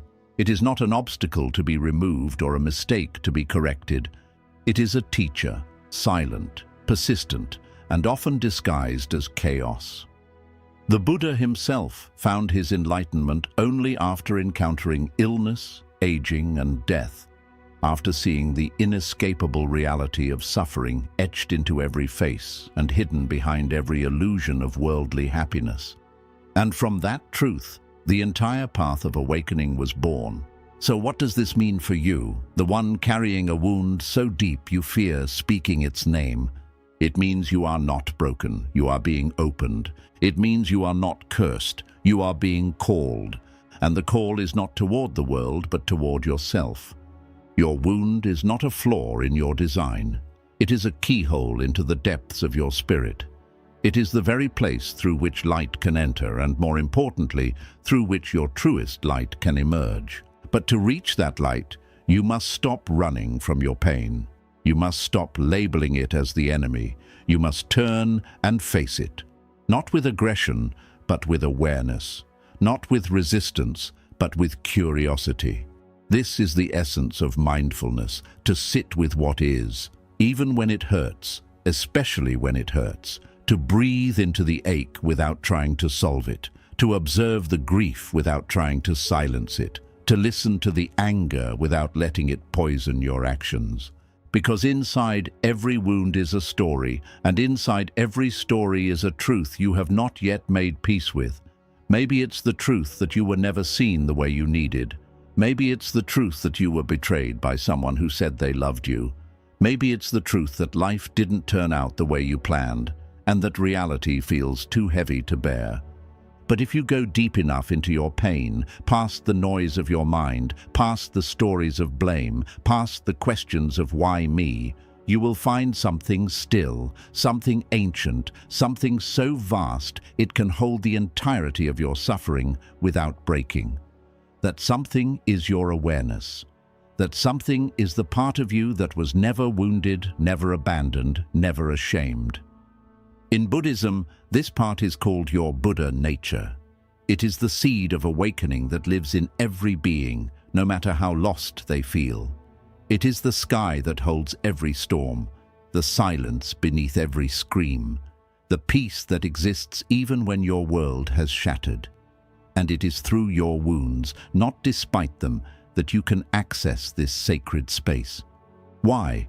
Because pain humbles you, it strips away the ego, it burns through illusion, it shows you what actually matters, it invites you to stop pretending, to stop performing, to stop seeking your worth in things that were never meant to last. It returns you to yourself, not the self you created to impress others, but the self that existed before the world told you who you had to be.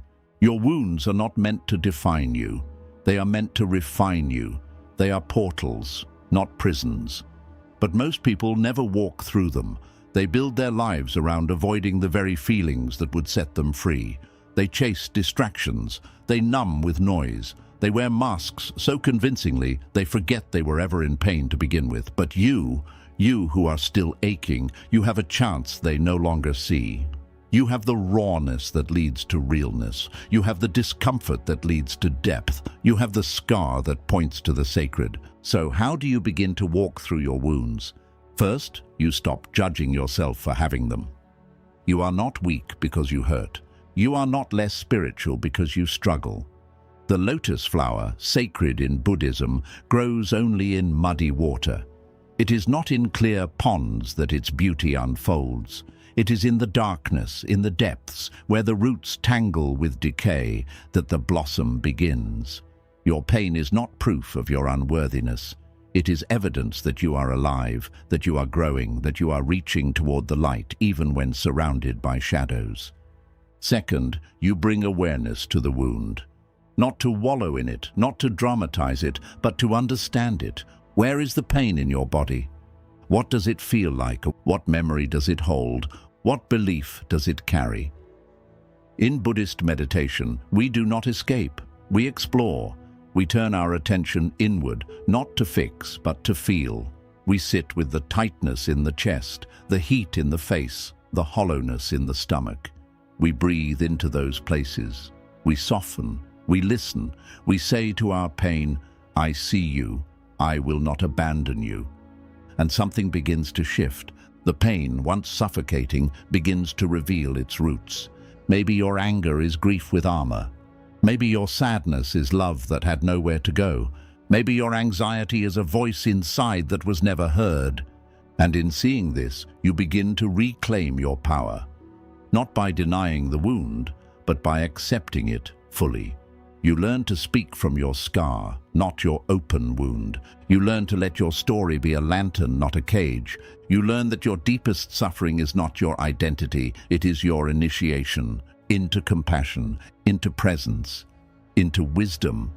Because once you've suffered deeply, you can no longer look at another's pain and remain unmoved. You see it in their eyes, you feel it in their silence. And instead of judging, you offer space. Instead of fixing, you offer presence. You become the person you once needed, and this is how your wound becomes your wisdom. It no longer screams for attention. It no longer controls your behavior. It no longer defines your worth. It becomes a quiet strength, a knowing smile, a gentle touch. It becomes the way you hold others. It becomes the way you hold yourself. And you begin to live not in fear of pain, but in reverence of what it taught you. You realize that the very thing you thought would destroy you became the foundation of your awakening. The abandonment taught you how to come home to yourself. The betrayal taught you how to trust your own voice. The heartbreak taught you how to love without losing your center. The failure taught you that success is not always measured by applause, but by alignment. And the grief, oh the grief, it carved out the capacity for a love so deep, so pure, so expansive, that it now touches everything you do. This is the alchemy of the soul. This is the gift hidden inside the wound. Not a return to who you were, but a birth into who you were always meant to become. So if you are hurting right now, if you are still bleeding from a past that refuses to let go, do not rush your healing. Sit with it, listen to it, honor it. Let your wound speak, not to shame you, but to guide you. Let it point you to the places you've neglected. Let it show you the parts of yourself that still need your love. Because healing is not about erasing the past. It's about reclaiming your relationship with it. It's about finding the wisdom within the wreckage. It's about standing in the fire without being consumed and emerging, burnt, yes, but also purified, clearer, stronger, softer. So carry your wounds not as burdens, but as teachers. Let them shape your path. Let them deepen your compassion. Let them open your heart. Because the world doesn't need more perfection. It needs people who have walked through the dark and found the light within. And that light, it lives in you. It was born in your pain. And now, it is ready to shine. The moment you let go is the moment you begin to heal. There is a moment on every spiritual path where the soul, weary and heavy with the weight of clinging, comes to a crossroads. One path is familiar. It loops in circles, built from habit, emotion, and memory. It is the path of holding on, of refusing to surrender. The other path is unfamiliar. It begins with emptiness, with stillness, with letting go. And although that road feels like loss at first, it is actually the beginning of everything you've truly been seeking. In the teachings of the Buddha, the root of suffering is not pain itself. It is attachment. Attachment to people, attachment to outcomes, attachment to the idea that things must be a certain way in order for us to feel okay. But the world does not bend to our preferences. It unfolds on its own terms. Seasons change, people change, bodies change. And the more we try to grip the passing moments with our closed fists, the more suffering we create for ourselves. Letting go, then, is not giving up. It is waking up. Waking up to the truth that clinging does not keep anything from leaving. It only keeps you from living. Waking up to the reality that peace does not come from control. It comes from trust. And trust does not mean everything will turn out the way you want. Trust means knowing that no matter what happens, you will meet it with presence, with compassion, and with courage.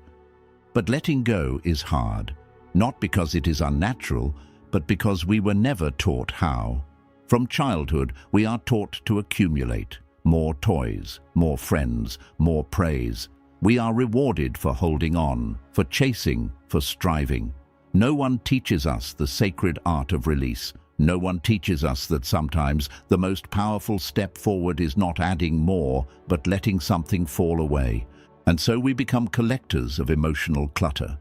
We carry grudges like heirlooms. We carry old dreams that no longer fit who we are becoming. We carry expectations that were never ours to hold. We carry guilt over things we did when we didn't know any better. We carry the need to be understood by those who refuse to see us. We carry the ache of love that is no longer returned. And as the years pass, our souls become heavy, not because life is too much, but because we've refused to lay anything down. But healing begins the moment we do. The moment we unclench our jaw, the moment we exhale the apology that was never spoken, the moment we stop chasing closure from people who cannot offer it, the moment we stop waiting for the past to change, the moment we say, "This pain no longer defines me, this memory no longer rules me, this weight is not mine to carry anymore." In Buddhist meditation, letting go is not a single act, it is a continuous practice. Each breath is a letting go. Each moment of silence is a return to the now. Each time we notice a thought and gently release it without judgment, we are practicing freedom. Because the mind will cling. That is its habit. It will revisit what hurt. It will rewrite conversations. It will replay regrets. But the mind is not the master. It is a servant. And through mindfulness, you teach it to rest. You teach it that it is safe to stop running. You teach it that it is safe to be still. And in that stillness, you begin to see clearly that what you've been grasping so tightly may be the very thing keeping you from peace. Sometimes we hold on because we're afraid of the emptiness. Who will I be without this person? What will I feel if I stop numbing? Where will I go if I let this dream die? But emptiness is not the enemy. It is the space where healing grows. It is the silence in which truth is heard. It is the pause before transformation. Letting go is not about forgetting. It is not about pretending something didn't matter. It is about honoring what was and releasing the need to carry it into what will be. It is the sacred acknowledgement that something shaped you, and now it is time to shape yourself. You may have to let go of a person you still love. Not because they are evil, not because you hate them, but because they are no longer aligned with your peace, your growth, your path. You may have to let go of a dream you held for years, not because you failed, but because you outgrew it, and clinging to it is now holding you back from discovering your deeper purpose. You may have to let go of the desire to be understood, to prove your worth, to convince someone of your value. Because true healing doesn't come when others finally see you. It comes when you finally see yourself. In Buddhist teachings, everything that arises also passes away. The seasons pass, the rain stops, the heart breaks, then mends. And the more you practice letting go, the more you realize that nothing needs to be forced. You do not need to chase what is meant for you. You do not need to beg for what is real.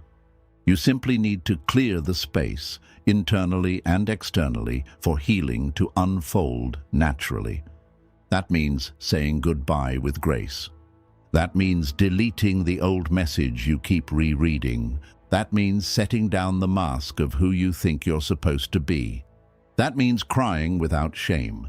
That means forgiving yourself, not because you've earned it, but because carrying guilt is not love, it is punishment. That means choosing peace over pride, presence over performance, healing over holding on. And the moment you do, even if your voice shakes, even if your hands tremble, you will feel something shift. Not dramatically, not loudly, but deeply. You will feel space open in your chest. You will feel your breath return to its natural rhythm. You will feel the heavy fog in your mind begin to lift.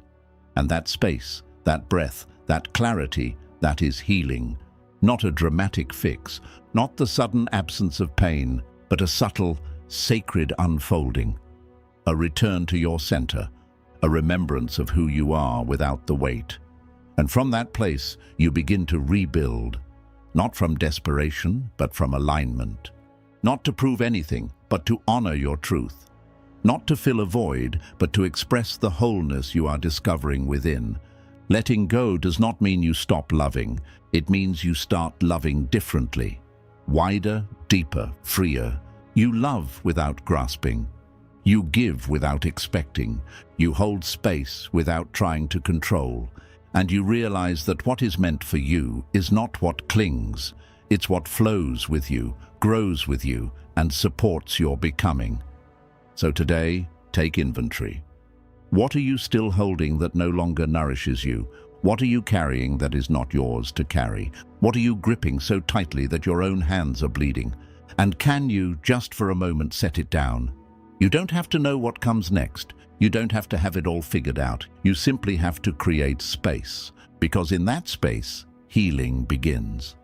In that space, your breath deepens. In that space, your soul speaks. And what it whispers is this: you are already enough. You don't need to carry the past to prove your worth. The moment you let go is the moment you begin to heal. It is the sacred threshold between who you were and who you are becoming. It is not an act of weakness, it is an act of immense inner courage. Because to release what once defined you, what once comforted you, what once felt like everything, you must first believe that what lies ahead is more aligned with your true nature than what is slipping away. Buddhism does not ask you to destroy the past. It does not ask you to erase your memories, your relationships, or your mistakes. It only asks you to see them clearly, to hold them with mindfulness, and to bow to them gently before you set them down. Because clinging is not love, and attachment is not security. True love flows, true peace breathes, true healing unfolds when the soul is free to rest in the now, unburdened by what should have been or what must be. And when you begin to walk this path, not in theory but in lived experience, you realize that you were never truly empty. You were just crowded by expectation, crowded by identity, crowded by fear and resistance and the desperate need for certainty. But the soul does not grow in certainty, it grows in space. It expands in silence. It blossoms not in grasping, but in trust. Trust in the moment, trust in the letting go, trust in the self that remains when everything else has been released. So if you find yourself standing at that threshold right now, between the pain of holding on and the fear of letting go, breathe. You are not alone. Every awakened heart has stood where you stand. And every one of them chose, again and again, to release what no longer served their becoming. And in doing so, they discovered the quiet truth that was always there, waiting beneath the noise. That you are already whole, already worthy, already home, within yourself. Let go, not to lose, but to remember who you were before the world told you to hold so tightly. Let go, not to move on, but to move deeper. Let go, because the moment you do not fall, you rise. And in rising, you begin to heal, not just your wounds, but your very way of being in the world, one breath at a time, one release at a time, one sacred moment of courage at a time. Letting go is the path. Healing is the gift. And peace? Peace is the quiet light that greets you when you arrive. Welcome home.